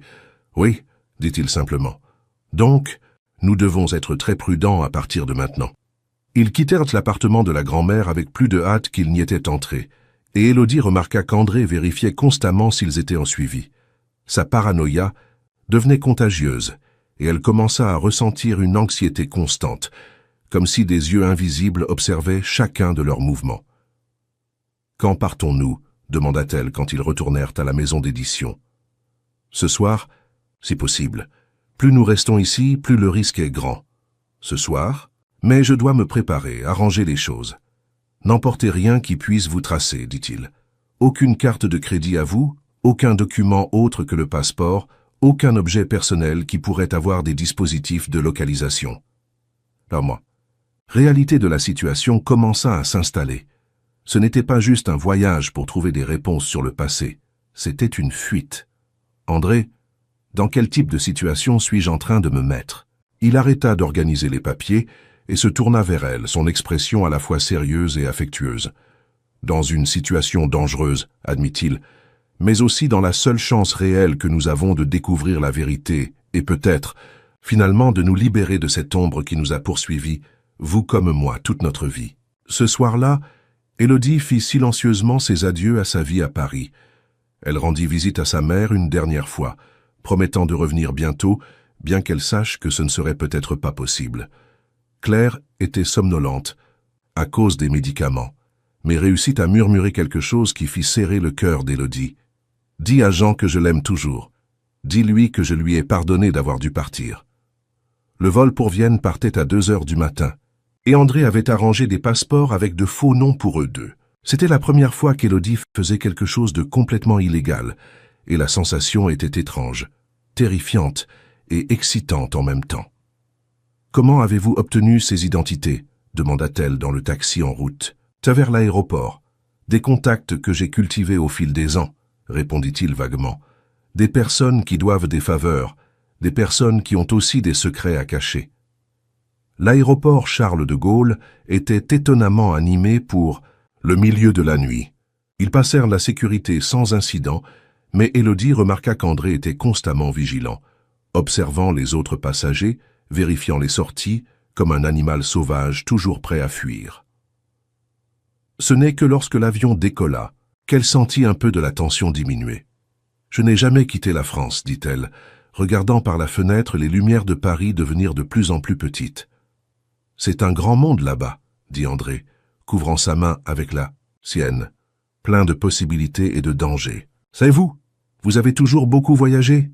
Depuis l'enfance, parfois par choix, d'autres par nécessité. » Ils volèrent en première classe, et Élodie essaya de ne pas penser au coût du voyage.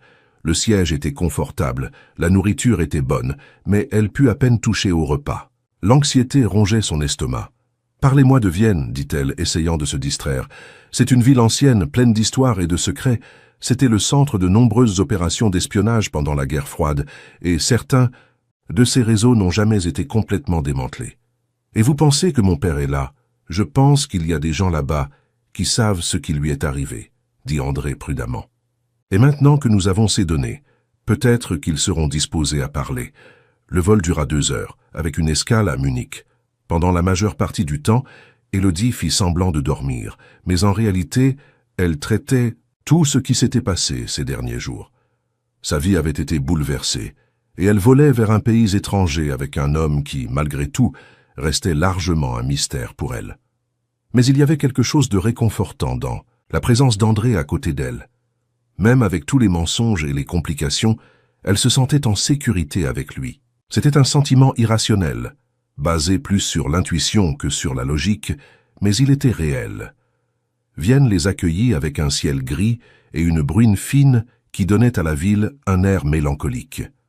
L'aéroport était moderne et efficace, et ils passèrent l'immigration sans problème. André semblait connaître le chemin, la guidant à travers les terminaux avec familiarité. « Vous êtes déjà venu ici avant, » observa-t-elle. « Quelquefois, cherchant, suivant des pistes qui n'ont jamais mené à rien de concret. » Une voiture les attendait à l'extérieur de l'aéroport. Pas un taxi, mais une berline noire conduite par un homme d'âge moyen qui salua André en allemand. Ils conversèrent brièvement dans une langue qu'elle ne comprenait pas, et elle remarqua que le chauffeur l'observait avec curiosité, Qui est-il demanda-t-elle quand ils s'installèrent sur la banquette arrière. Franz, un ancien contact qui m'aide quand je suis dans la ville. Il sait pourquoi nous sommes ici? Il en sait assez. L'hôtel se trouvait dans le centre historique de Vienne, un bâtiment élégant qui semblait avoir au moins 200 ans. La chambre qu'André avait réservée était une suite spacieuse avec vue sur une place ancienne, meublée d'antiquités qui valait probablement plus qu'elle ne gagnait en un an. « Nous dormirons dans des lits séparés, » dit André quand ils entrèrent, remarquant son expression en voyant qu'il n'y avait qu'une chambre. « Je ne veux pas que vous vous sentiez pressé ou mal à l'aise. » C'était un geste gentil, mais qui créa aussi une tension étrange entre eux. L'intimité qu'ils avaient à partager à Paris semblait appartenir à un autre monde, à d'autres personnes. Maintenant, ils étaient partenaires dans une mission dangereuse, et la dynamique était complètement différente. « Par où commençons-nous » demanda-t-elle, enlevant sa veste et se réchauffant près du radiateur. « D'abord, nous devons accéder aux données de la boîte à musique. J'ai un contact qui peut nous aider avec ça, sans laisser de traces numériques. Et après, nous commençons à suivre les pistes. Il y a certains endroits où votre père a été vu, des personnes qui pourraient avoir des informations. » André prit le téléphone et fit un appel rapide en allemand. Quand il raccrocha, il avait une expression pensive. « Klaus peut nous voir demain matin. Il a des équipements pour accéder à d'anciennes données sans compromettre la sécurité. » Et aujourd'hui ? Aujourd'hui, nous nous reposons et nous préparons, et peut-être nous parlons. Il y avait quelque chose dans la façon dont il dit cela qui fit qu'Élodie le regarda plus attentivement. Parler de quoi? De nous, de ce qui se passe après que nous ayons trouvé les réponses que nous sommes venus chercher. C'était une conversation qu'elle avait évitée depuis qu'elle avait pris la décision de voyager avec lui. Se concentrer sur la mission était plus facile que d'affronter les sentiments compliqués qu'elle avait pour lui. « Je ne sais pas si c'est le bon moment pour cela, » dit-elle. « C'est peut-être le seul moment que nous avons, » répondit-il. « Si les choses tournent mal ici, arrêtez, » dit-elle, levant la main. « Ne parlez pas comme ça. » Élodie, vous devez comprendre qu'il y a des risques réels. Des gens sont morts à cause de ces informations, et maintenant nous les avons. La gravité de la situation la frappa à nouveau, et elle ressentit une vague de peur qu'elle avait essayé de réprimer. « Alors pourquoi faites-vous cela ?» demanda-t-elle. « Pourquoi risquez-vous votre vie ?»« Parce que j'ai passé 20 ans à vivre avec la culpabilité et le remords, » dit-il, s'approchant d'elle. « Parce que je sais que je dois ça à votre père, et parce que je ne peux pas construire un futur avec vous avec ces secrets entre nous. Un futur avec moi, si vous le voulez, » dit-il, touchant son visage doucement. « Si nous arrivons à sortir de cette situation vivant et entier. » Élodie s'éloigna de son toucher, marchant jusqu'à la fenêtre. Dehors, la ville de Vienne s'étendait sous la douce lumière de l'après-midi, pleine d'histoire et de mystères. « Je ne sais pas si je peux faire ça, » dit-elle. « Je ne sais pas si je peux séparer l'homme dont je suis tombée amoureuse de l'homme qui m'a menti depuis le premier jour. Alors laissez-moi vous montrer qui je suis réellement, » dit-il, sans mensonge, sans masque, sans stratégie. « Et qui êtes-vous réellement ?» André resta silencieux pendant un long moment, et quand il parla, sa voix était chargée d'une vulnérabilité qu'elle n'avait jamais entendue auparavant. « Je suis un homme qui a perdu sa famille très tôt et qui a passé toute sa vie à essayer de trouver un but. Je suis quelqu'un qui a construit une fortune et une réputation, mais qui jusqu'à vous rencontrer n'avait jamais eu de foyer. Je suis quelqu'un qui a commis des erreurs terribles, mais qui essaie de faire la paix avec le passé. » Il s'approcha d'elle à nouveau, s'arrêtant à quelques centimètres de distance. « Et je suis quelqu'un qui vous aime plus que je ne pensais possible d'aimer une autre personne. » Élodie sentit des larmes picoter ses yeux. « Comment puis-je faire confiance à cela? Comment puis-je faire confiance à quoi que ce soit que vous dites? Parce que je suis ici, » dit-il simplement. « Parce qu'au lieu d'utiliser les informations que nous avons trouvées pour mes propres fins, je risque tout pour vous aider à trouver votre père. » C'était vrai, réalisa-t-elle. Il aurait pu prendre les données de la boîte à musique et disparaître. Il aurait pu utiliser les informations pour son propre bénéfice. Au lieu de cela, il était là, vulnérable et honnête, d'une façon qui coûtait clairement beaucoup pour lui. Ce soir-là, ils dînèrent au restaurant de l'hôtel, un repas silencieux pendant lequel tous deux étaient perdus dans leurs pensées. Ensuite, Ils retournèrent à la chambre et se préparèrent à dormir dans des lits séparés, comme il l'avait promis. Mais au milieu de la nuit, Élodie se réveilla avec des cauchemars à propos de son père, d'hommes sans visage, la poursuivant dans des rues sombres. Quand elle se leva tremblante, elle trouva André assis dans le fauteuil près de la fenêtre, observant la rue en bas. « Vous n'arrivez pas à dormir ?» demanda-t-elle. « Vieille habitude, dit-il. Je reste toujours vigilant dans des endroits inconnus. Vous nous surveillez ? Toujours, admit-il. C'est ma responsabilité de vous garder en sécurité. » Élodie s'approcha de lui, et pour la première fois depuis la découverte de la photographie, elle ressentit l'impulsion de chercher du réconfort dans sa présence. « Je peux rester ici avec vous ?» Il la regarda un moment, puis ouvrit les bras. Elle se blottit contre lui dans le fauteuil, sentant la chaleur et la solidité de son corps, le rythme constant de sa respiration. « Tout ira bien, » dit-il, embrassant le haut de sa tête. « Comment pouvez-vous en être sûr ?»« Parce que je ne laisserai rien vous arriver, » dit-il, et il y avait une détermination ferme dans sa voix qui lui fit croire, au moins à ce moment-là, que peut-être tout pourrait vraiment bien se passer. Elle s'endormit dans ses bras, et, pour la première fois depuis des jours, elle n'eut pas de cauchemar. Le lendemain matin, ils commenceraient la recherche qui pourrait finalement révéler la vérité sur la disparition de Jean Martin. Mais ce serait aussi le début du plus grand danger que l'un d'eux ait jamais affronté. Le matin arriva avec un ciel lourd de nuages qui semblait porter le poids des secrets de la ville.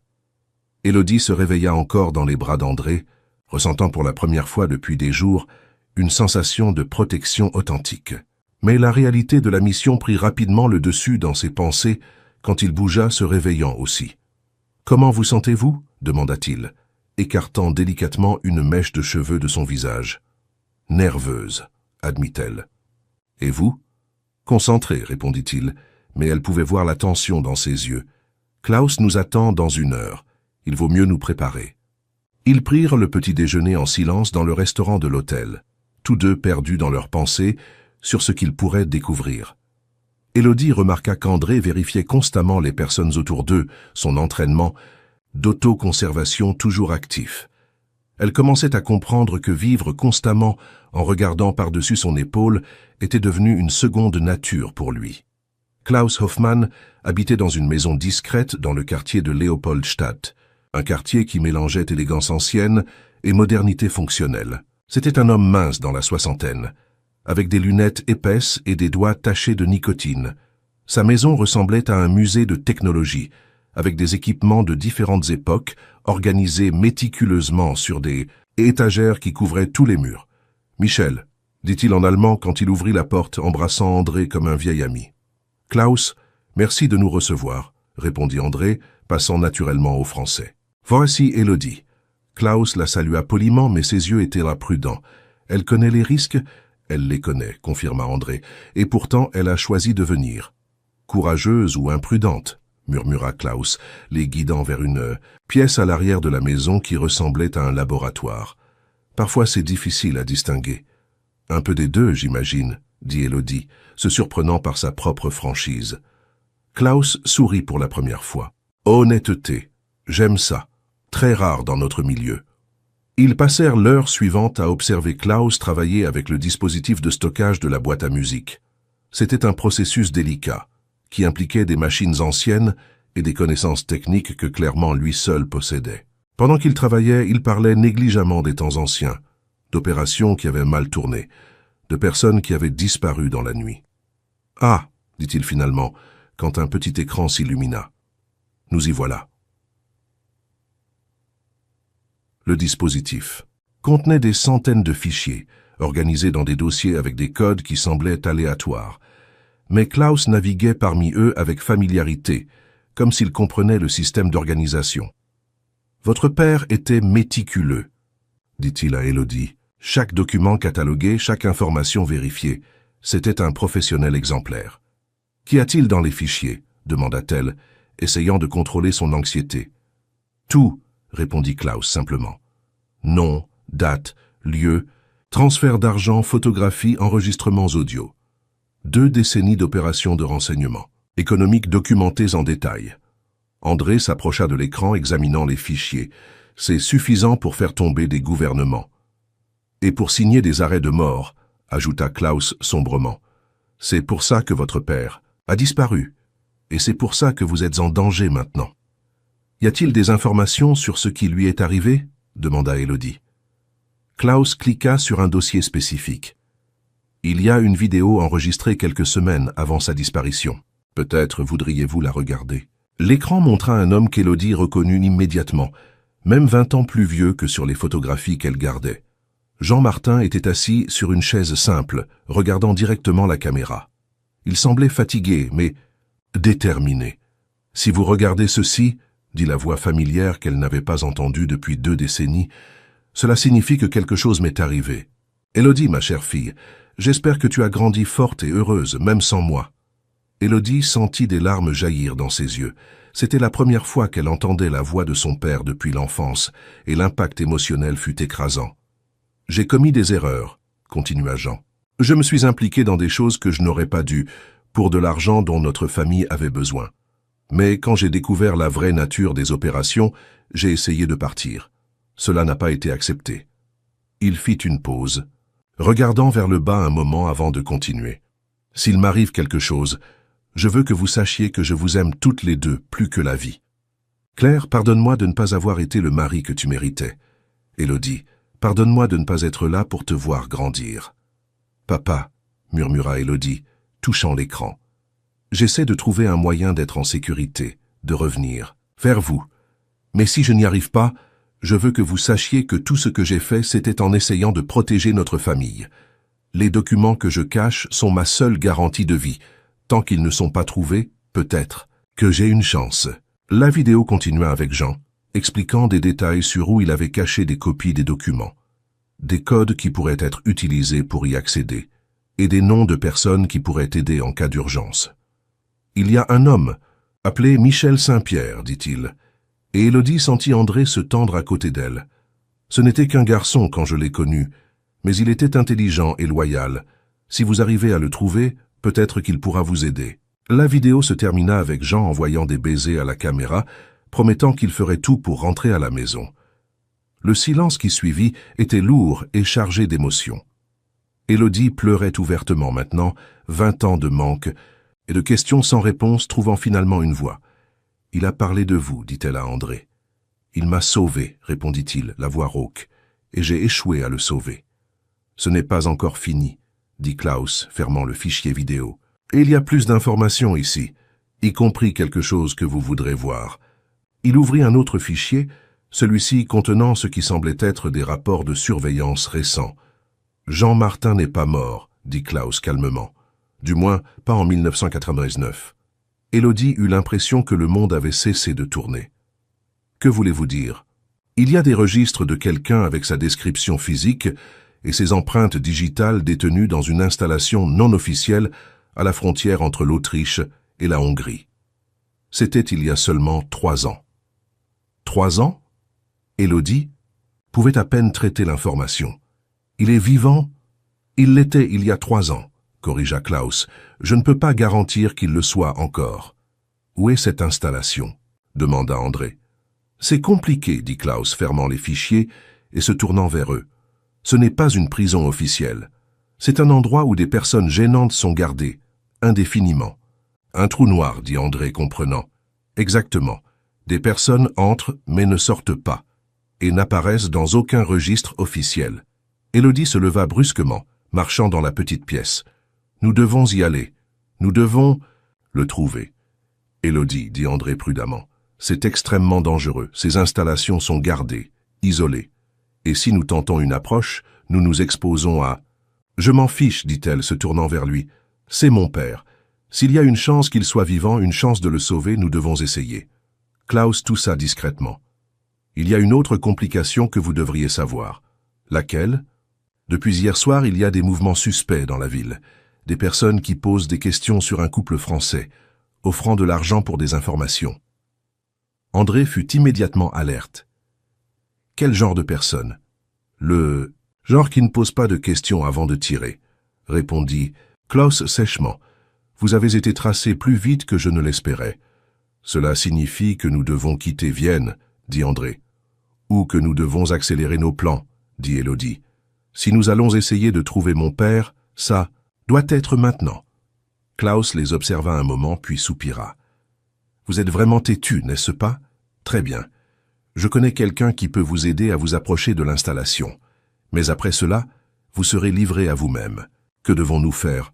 Demanda André. D'abord sortir d'ici. Ma maison n'est plus sûre maintenant que vous y avez été. Klaus commença à éteindre rapidement les équipements. Deuxièmement, rencontrer mon contact à Graz. C'est une ville plus petite, plus facile de passer inaperçu. Et après? Après, vous décidez si vous voulez tenter une mission suicide ou si vous préférez fuir et vivre pour combattre un autre jour. Ils quittèrent la maison de Klaus par la porte arrière, utilisant une voiture différente qu'il avait préparée. Les rues de Vienne semblaient différentes maintenant, chargées de menaces. Chaque personne sur le trottoir pouvait être un ennemi, chaque voiture garée pouvait les observer. « Combien de personnes savent que nous sommes ici ?» demanda Élodie quand ils quittèrent la ville. « Peu, » répondit André, « mais apparemment suffisamment. »« Comment nous ont-ils trouvés si vite ?»« Argent et connexion, dit-il. Quand il y a assez de ressources, n'importe qui peut être tracé. » Ils conduisirent pendant 2 heures vers le sud, s'arrêtant seulement pour changer de voiture à nouveau dans une petite ville dont Élodie ne put prononcer le nom. La deuxième voiture était plus vieille et moins voyante, exactement ce dont ils avaient besoin pour passer inaperçus. « André, dit-elle quand ils furent de nouveau sur la route, si mon père est vraiment vivant, pourquoi n'a-t-il pas essayé de nous contacter pendant toutes ces années? » Peut-être qu'il ne pouvait pas, répondit-il, ou peut-être qu'il pensait que c'était plus sûr pour vous si vous croyiez qu'il était mort. Ça n'a pas de sens. Ma mère était dévastée. J'ai grandi sans père. Parfois les gens font des choix impossibles par amour, dit-il, la regardant brièvement. Parfois s'éloigner est la seule façon de protéger ceux qu'on aime. Il y avait quelque chose de personnel dans la façon dont il dit cela, et Élodie réalisa qu'il ne parlait pas seulement de son père. « Est-ce pour ça que vous m'avez menti depuis le début ?» demanda-t-elle. « Pour me protéger, partiellement, admit-il. Et partiellement parce que j'étais trop lâche pour risquer que vous me rejetiez si vous saviez la vérité. Et maintenant? Maintenant, je risque ma vie pour vous. J'espère que ça compte comme preuve que mes sentiments sont réels. » Graz était une ville universitaire, jeune et vibrante, qui contrastait avec l'atmosphère formelle de Vienne. Ils rencontrèrent le contact de Klaus dans un café près du centre historique, un endroit bruyant et rempli d'étudiants où la conversation pourrait passer inaperçue.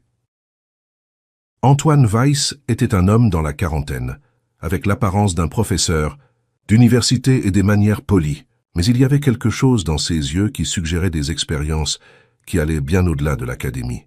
« Klaus m'a parlé de votre situation, » dit-il en français fluide. « C'est une folie, vous le savez. »« Nous le savons, » dit André, « mais nous sommes déterminés à essayer.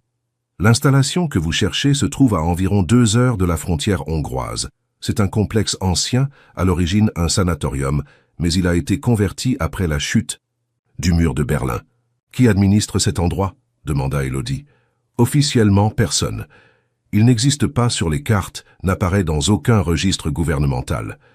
Mais officieusement, il est maintenu par un réseau de personnes qui préfèrent que certaines informations et certaines personnes restent contenues. Combien de personnes y sont emprisonnées? Difficile à dire. Peut-être quelques dizaines. Des personnes qui en savent trop, qui ont vu des choses qu'elles ne devaient pas voir, qui sont devenues gênantes pour des gens puissants. » Antoine sortit un dossier fin de son sac à dos et le fit glisser sur la table. « Voici les plans du complexe, les horaires de patrouille, les points faibles dans la sécurité. Mais je veux préciser que cette information date de quelques semaines. Seulement, les choses peuvent avoir changé. » André examina rapidement les documents. « Comment avez-vous obtenu ça? »« Disons que j'ai un intérêt personnel à voir cet endroit fermé, » dit Antoine. « Mon frère a disparu il y a 5 ans. Je crois qu'il est là. » « Pourquoi n'avez-vous pas essayé de le sauver? »« Parce que je ne suis qu'une personne. Vous êtes 2 et vous avez quelque chose que je n'ai pas. »« Quoi? Assez de désespoir pour tenter quelque chose que des personnes sensées ne tenteraient jamais. » Antoine regarda autour du café, puis se pencha plus près. « Il y a un problème supplémentaire que vous devriez savoir. Les personnes qui vous recherchent sont arrivées à Graz ce matin. Elles ont quelques heures d'avance, au maximum. Élodie sentit son estomac se contracter. « Comment le savez-vous ?»« Parce que je les ai vus. 2 hommes arrivés en voiture, ils montrent des photographies de vous aux gens dans les rues. » André se leva immédiatement. « Nous devons partir. Maintenant. » Il y a encore une chose, dit Antoine les suivant alors qu'ils se levaient. Si vous réussissez à entrer dans le complexe, comment allez-vous sortir? Ce n'est pas une prison ordinaire. Les personnes qui sont là ont été oubliées par le monde. Nous improviserons, dit André.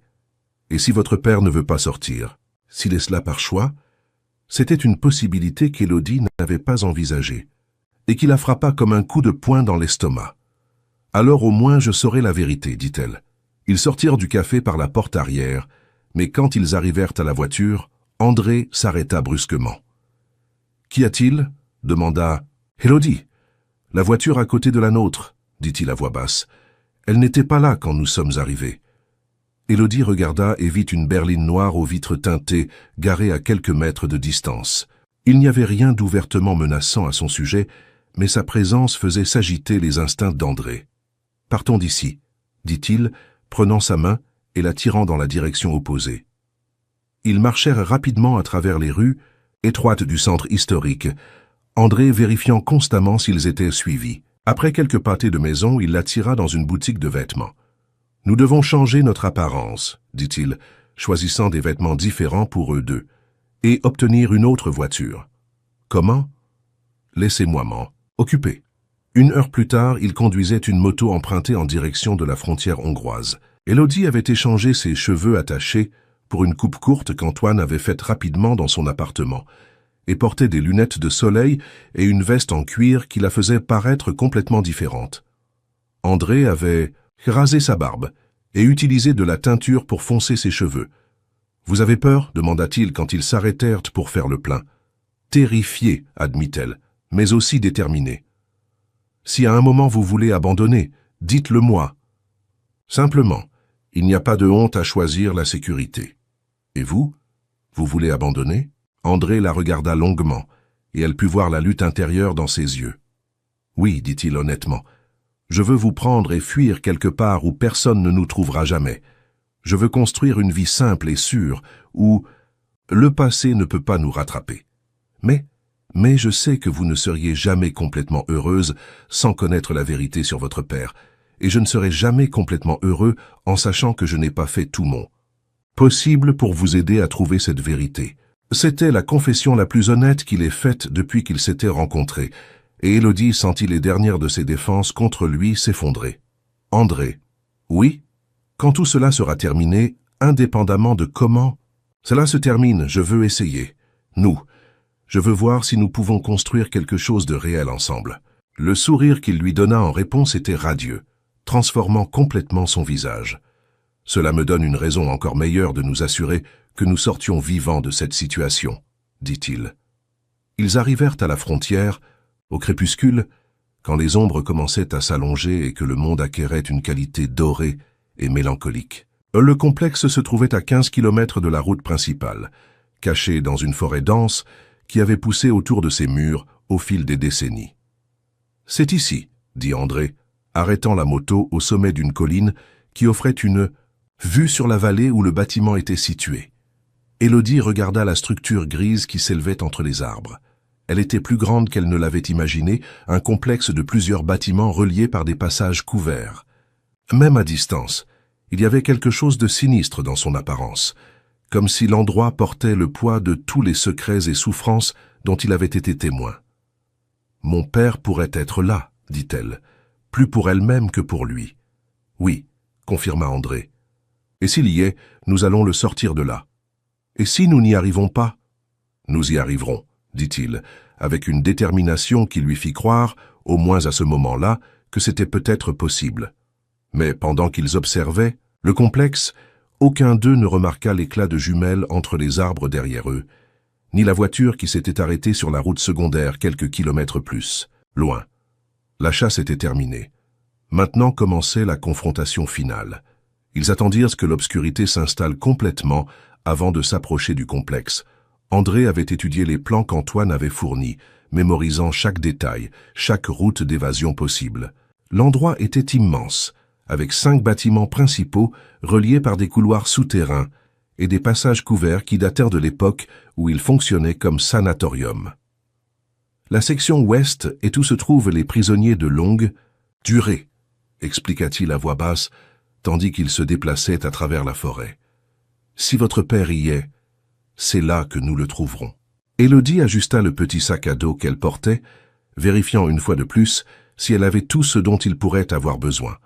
De petites lampes de poche, des outils de base, le dispositif de communication qu'Antoine avait prêté, et une copie des données de la boîte à musique sur une clé USB.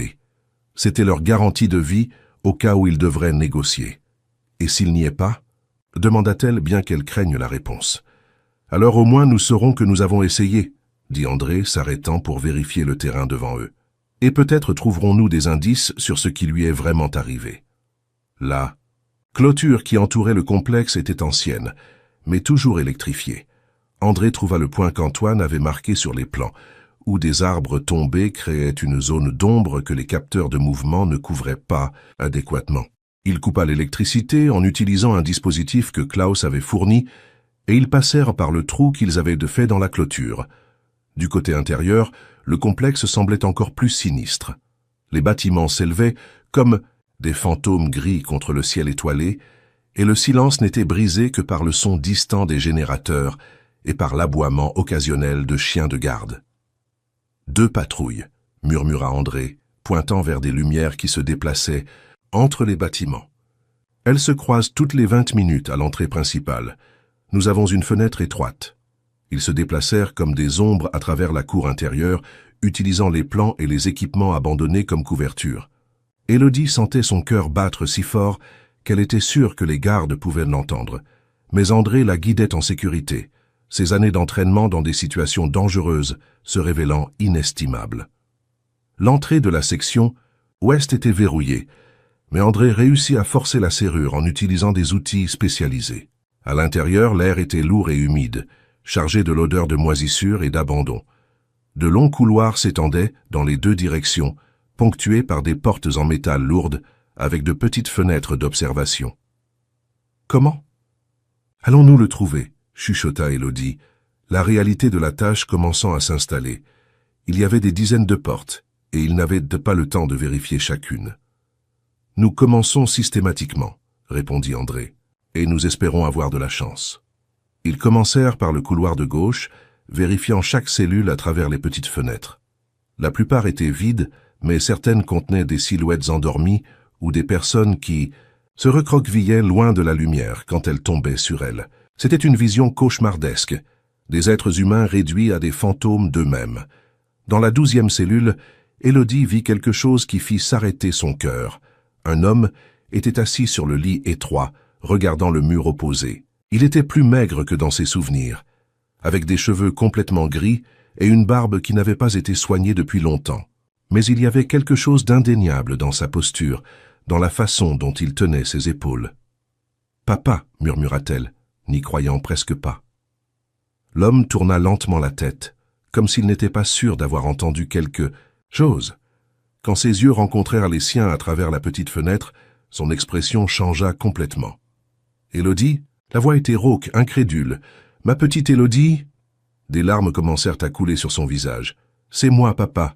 Je suis venu te chercher. » Jean-Martin se leva du lit en chancelant, comme si ses jambes ne le soutenaient pas correctement. Il s'approcha de la porte d'un pas incertain, plaçant sa main contre le métal froid. « Tu as tellement grandi, » dit-il, sa propre voix étouffée. « Tu es si belle, comment va ta mère ?»« Elle est malade, papa, Alzheimer, mais elle ira bien quand tu rentreras à la maison. » André travaillait sur la serrure de la cellule, mais elle était plus compliquée que les autres. « Ça va prendre quelques minutes, » dit-il.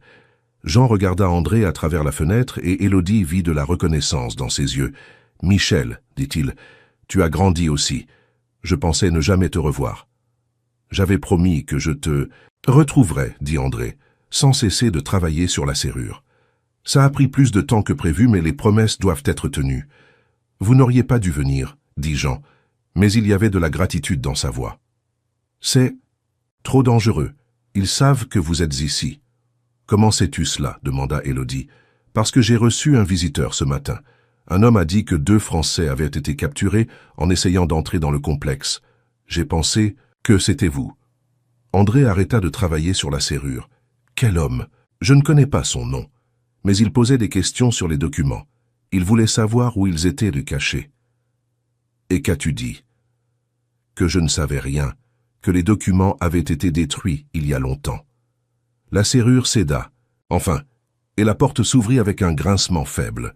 Jean sortit de la cellule lentement, comme s'il ne croyait pas que c'était réel. Quand Élodie se jeta dans ses bras, il l'étreignit avec une force désespérée, comme s'il voulait récupérer 20 ans perdus en un seul instant.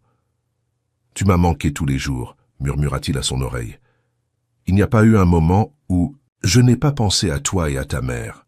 Pourquoi n'as-tu jamais essayé de rentrer à la maison ?» demanda-t-elle, s'écartant pour mieux le regarder. « Parce qu'ils m'ont dit que si j'essayais de vous contacter, vous mourriez toutes les 2, dit-il, la douleur évidente sur son visage. J'ai préféré que vous pensiez que j'étais mort plutôt que de risquer vos vies. Mais maintenant, nous pouvons sortir d'ici ensemble, dit-elle. Nous avons les documents. Nous pouvons négocier. Jean secoua la tête. Ce n'est pas si simple. Ma fille, il y a des choses que tu ne sais pas. Quelles choses? Les documents ne sont pas seulement des preuves d'espionnage économique, dit-il. Ce sont des preuves d'assassinat, de corruption qui va jusqu'au plus haut niveau des gouvernements. Les personnes impliquées ne permettront jamais que ces informations deviennent publiques. Alors que faisons-nous? C'est André qui répondit. Nous utilisons les informations pour garantir notre sécurité. Si elles sont divulguées publiquement en cas de notre mort, cela sert de protection. Vous êtes bien naïf, dit une voix derrière eux. Ils se retournèrent rapidement et virent un homme en costume sombre debout à l'extrémité du couloir, accompagné de 2 gardes armés. Il était grand, d'âge moyen, avec une présence qui irradiait autorité et danger. « Monsieur Saint-Pierre, dit l'homme, ou devrais-je dire Monsieur Saint-Michel. Il a été difficile de suivre vos identités au fil des ans. »« Qui êtes-vous » demanda André, se plaçant devant Élodie et Jean. Quelqu'un qui a intérêt à garder certaines informations contenues, et quelqu'un qui est déçu quand des personnes intelligentes font des choix stupides. « Nous n'avons pas peur de... »« Vous, » dit Élodie, essayant de paraître plus courageuse qu'elle ne se sentait. « Vous devriez, » répondit l'homme. « Parce que contrairement à ce que vous croyez, vous n'avez pas de pouvoir de négociation ici. »« Nous avons les documents, » dit André, « et ils seront divulgués si quelque chose nous arrive. »« Ah oui, les fameux documents. Vous pensez vraiment être les seuls à en avoir des copies ?» L'homme sourit, mais il n'y avait pas d'humour dans l'expression. « Monsieur Martin, s'il vous plaît, parlez-leur de notre accord. » Jean baissa la tête, et Élodie sentit un froid dans l'estomac. « Quel accord, papa?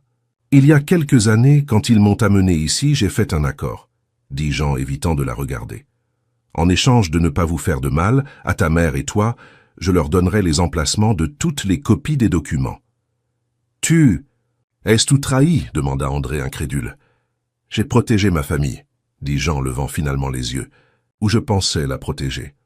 Le problème, continua l'homme en costume, c'est que M. Martin ne nous a pas parlé de la boîte à musique, une omission qui a coûté beaucoup de temps et de ressources à corriger. »« Comment l'avez-vous découverte ?» demanda Élodie. « Parce que nous avons finalement trouvé la bonne personne à presser, » dit l'homme, la regardant directement. « Votre mère, dans son état, est étonnamment malléable. Quelques visites de personnes qui se sont identifiées comme assistantes sociales, quelques questions posées de la bonne façon, et elle nous a tout dit sur la boîte spéciale qu'elle gardait pour sa fille. » Élodie sentit la colère exploser en elle. « Vous avez tourmenté une femme malade?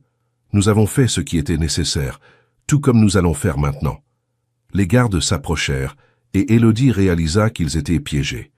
Il n'y avait pas moyen de revenir par le chemin qu'ils avaient emprunté, et ils ne connaissaient pas d'autre voie d'évacuation. « Que voulez-vous » demanda André. « D'abord, nous voulons le dispositif de stockage que vous avez apporté. Deuxièmement, nous voulons que vous 3 disparaissiez, définitivement. Et si nous refusons, alors votre mort sera beaucoup plus désagréable qu'elle n'a besoin de l'être. » C'est à ce moment que Jean fit son mouvement. Avec une rapidité surprenante pour quelqu'un qui avait passé des années emprisonné, Il se jeta en avant, renversant l'un des gardes et prenant son arme. « Courez !» cria-t-il, tirant en direction de l'homme en costume. « Sortez d'ici maintenant !» André saisit la main d'Élodie et ils coururent dans le couloir, tandis que le son des coups de feu résonnait derrière eux.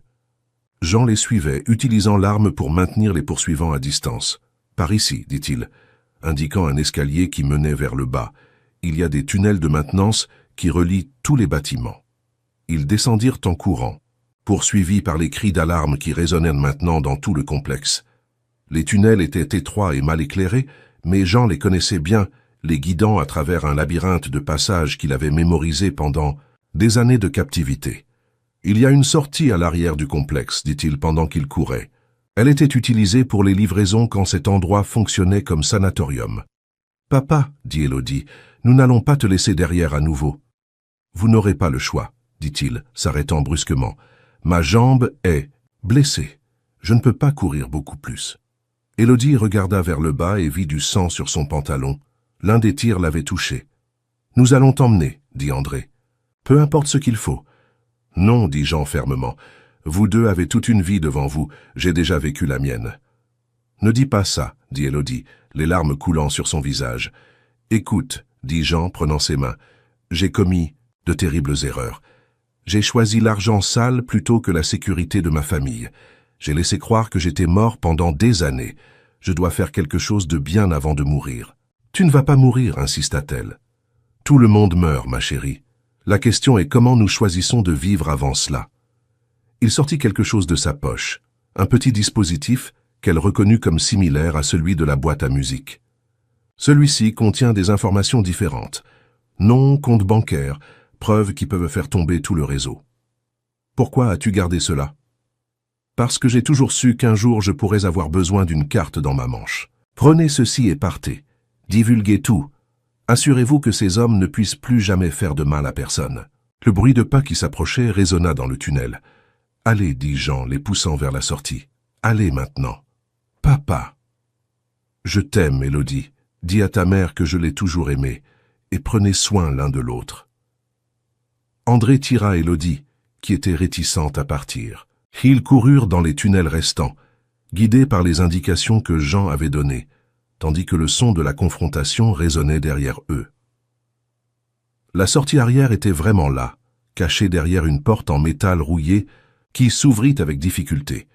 Ils émergèrent dans la forêt à l'arrière du complexe, loin des gardes et des projecteurs. « Nous devons retourner vers lui, » dit Élodie, essayant de se retourner. « Nous ne pouvons pas, » dit André, la retenant. « Fauti, il a choisi cela pour que nous ayons une chance. » Le son des tirs cessa brusquement et un silence pesant descendit sur le complexe. Tous deux savaient ce que cela signifiait. Ils coururent à travers la forêt jusqu'à l'endroit où ils avaient laissé la moto et partirent sans regarder en arrière. Élodie pleura pendant tout le voyage du retour, 20 ans de manque finalement résolus, seulement pour perdre son père à nouveau le même jour. 3 mois plus tard, tous les principaux réseaux d'information du monde rapportaient le plus grand scandale de corruption internationale des dernières décennies. Des documents divulgués révélaient un réseau d'espionnage économique qui impliquait des politiciens, des hommes d'affaires et des agents de renseignement de plusieurs pays. Des dizaines de personnes furent arrêtées, des fortunes furent confisquées, des gouvernements tombèrent. Élodie et André regardèrent les nouvelles depuis une petite maison confortable dans la campagne suisse, où ils s'étaient réfugiés après avoir divulgué les informations par l'intermédiaire de journalistes d'investigation sur 3 continents différents. La stratégie de Jean avait fonctionné. Avec tout exposé publiquement, il n'y avait plus de raison de les poursuivre. « Tu penses qu'il serait fier ?» demanda Élodie, blottie dans le bras d'André sur le canapé du salon. « J'en suis certain, » répondit-il, embrassant le sommet de sa tête. « Il a réussi à te protéger à la fin, ce qui était tout ce qu'il a toujours voulu. » Claire vivait maintenant dans une clinique spécialisée, en Suisse, avec les meilleurs soins que l'argent pouvait acheter. Il n'y avait pas de remède pour son état, mais elle était confortable et en sécurité. Dans les bons jours, elle se souvenait encore d'Élodie, et parfois demandait des nouvelles, de Jean comme s'il allait rentrer à la maison à tout moment.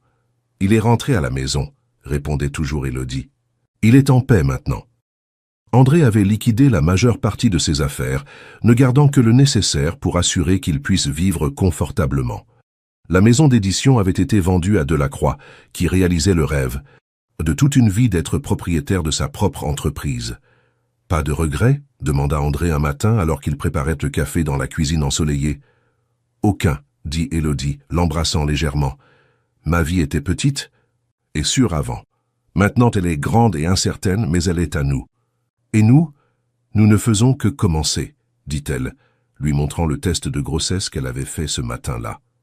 André regarda le résultat positif pendant un long moment, puis la prit dans ses bras et la fit tourner dans la cuisine, tous deux riant comme des enfants. « Un nouveau départ, dit-il quand il la reposa sur le sol. « Pour nous tous, acquiesça-t-elle.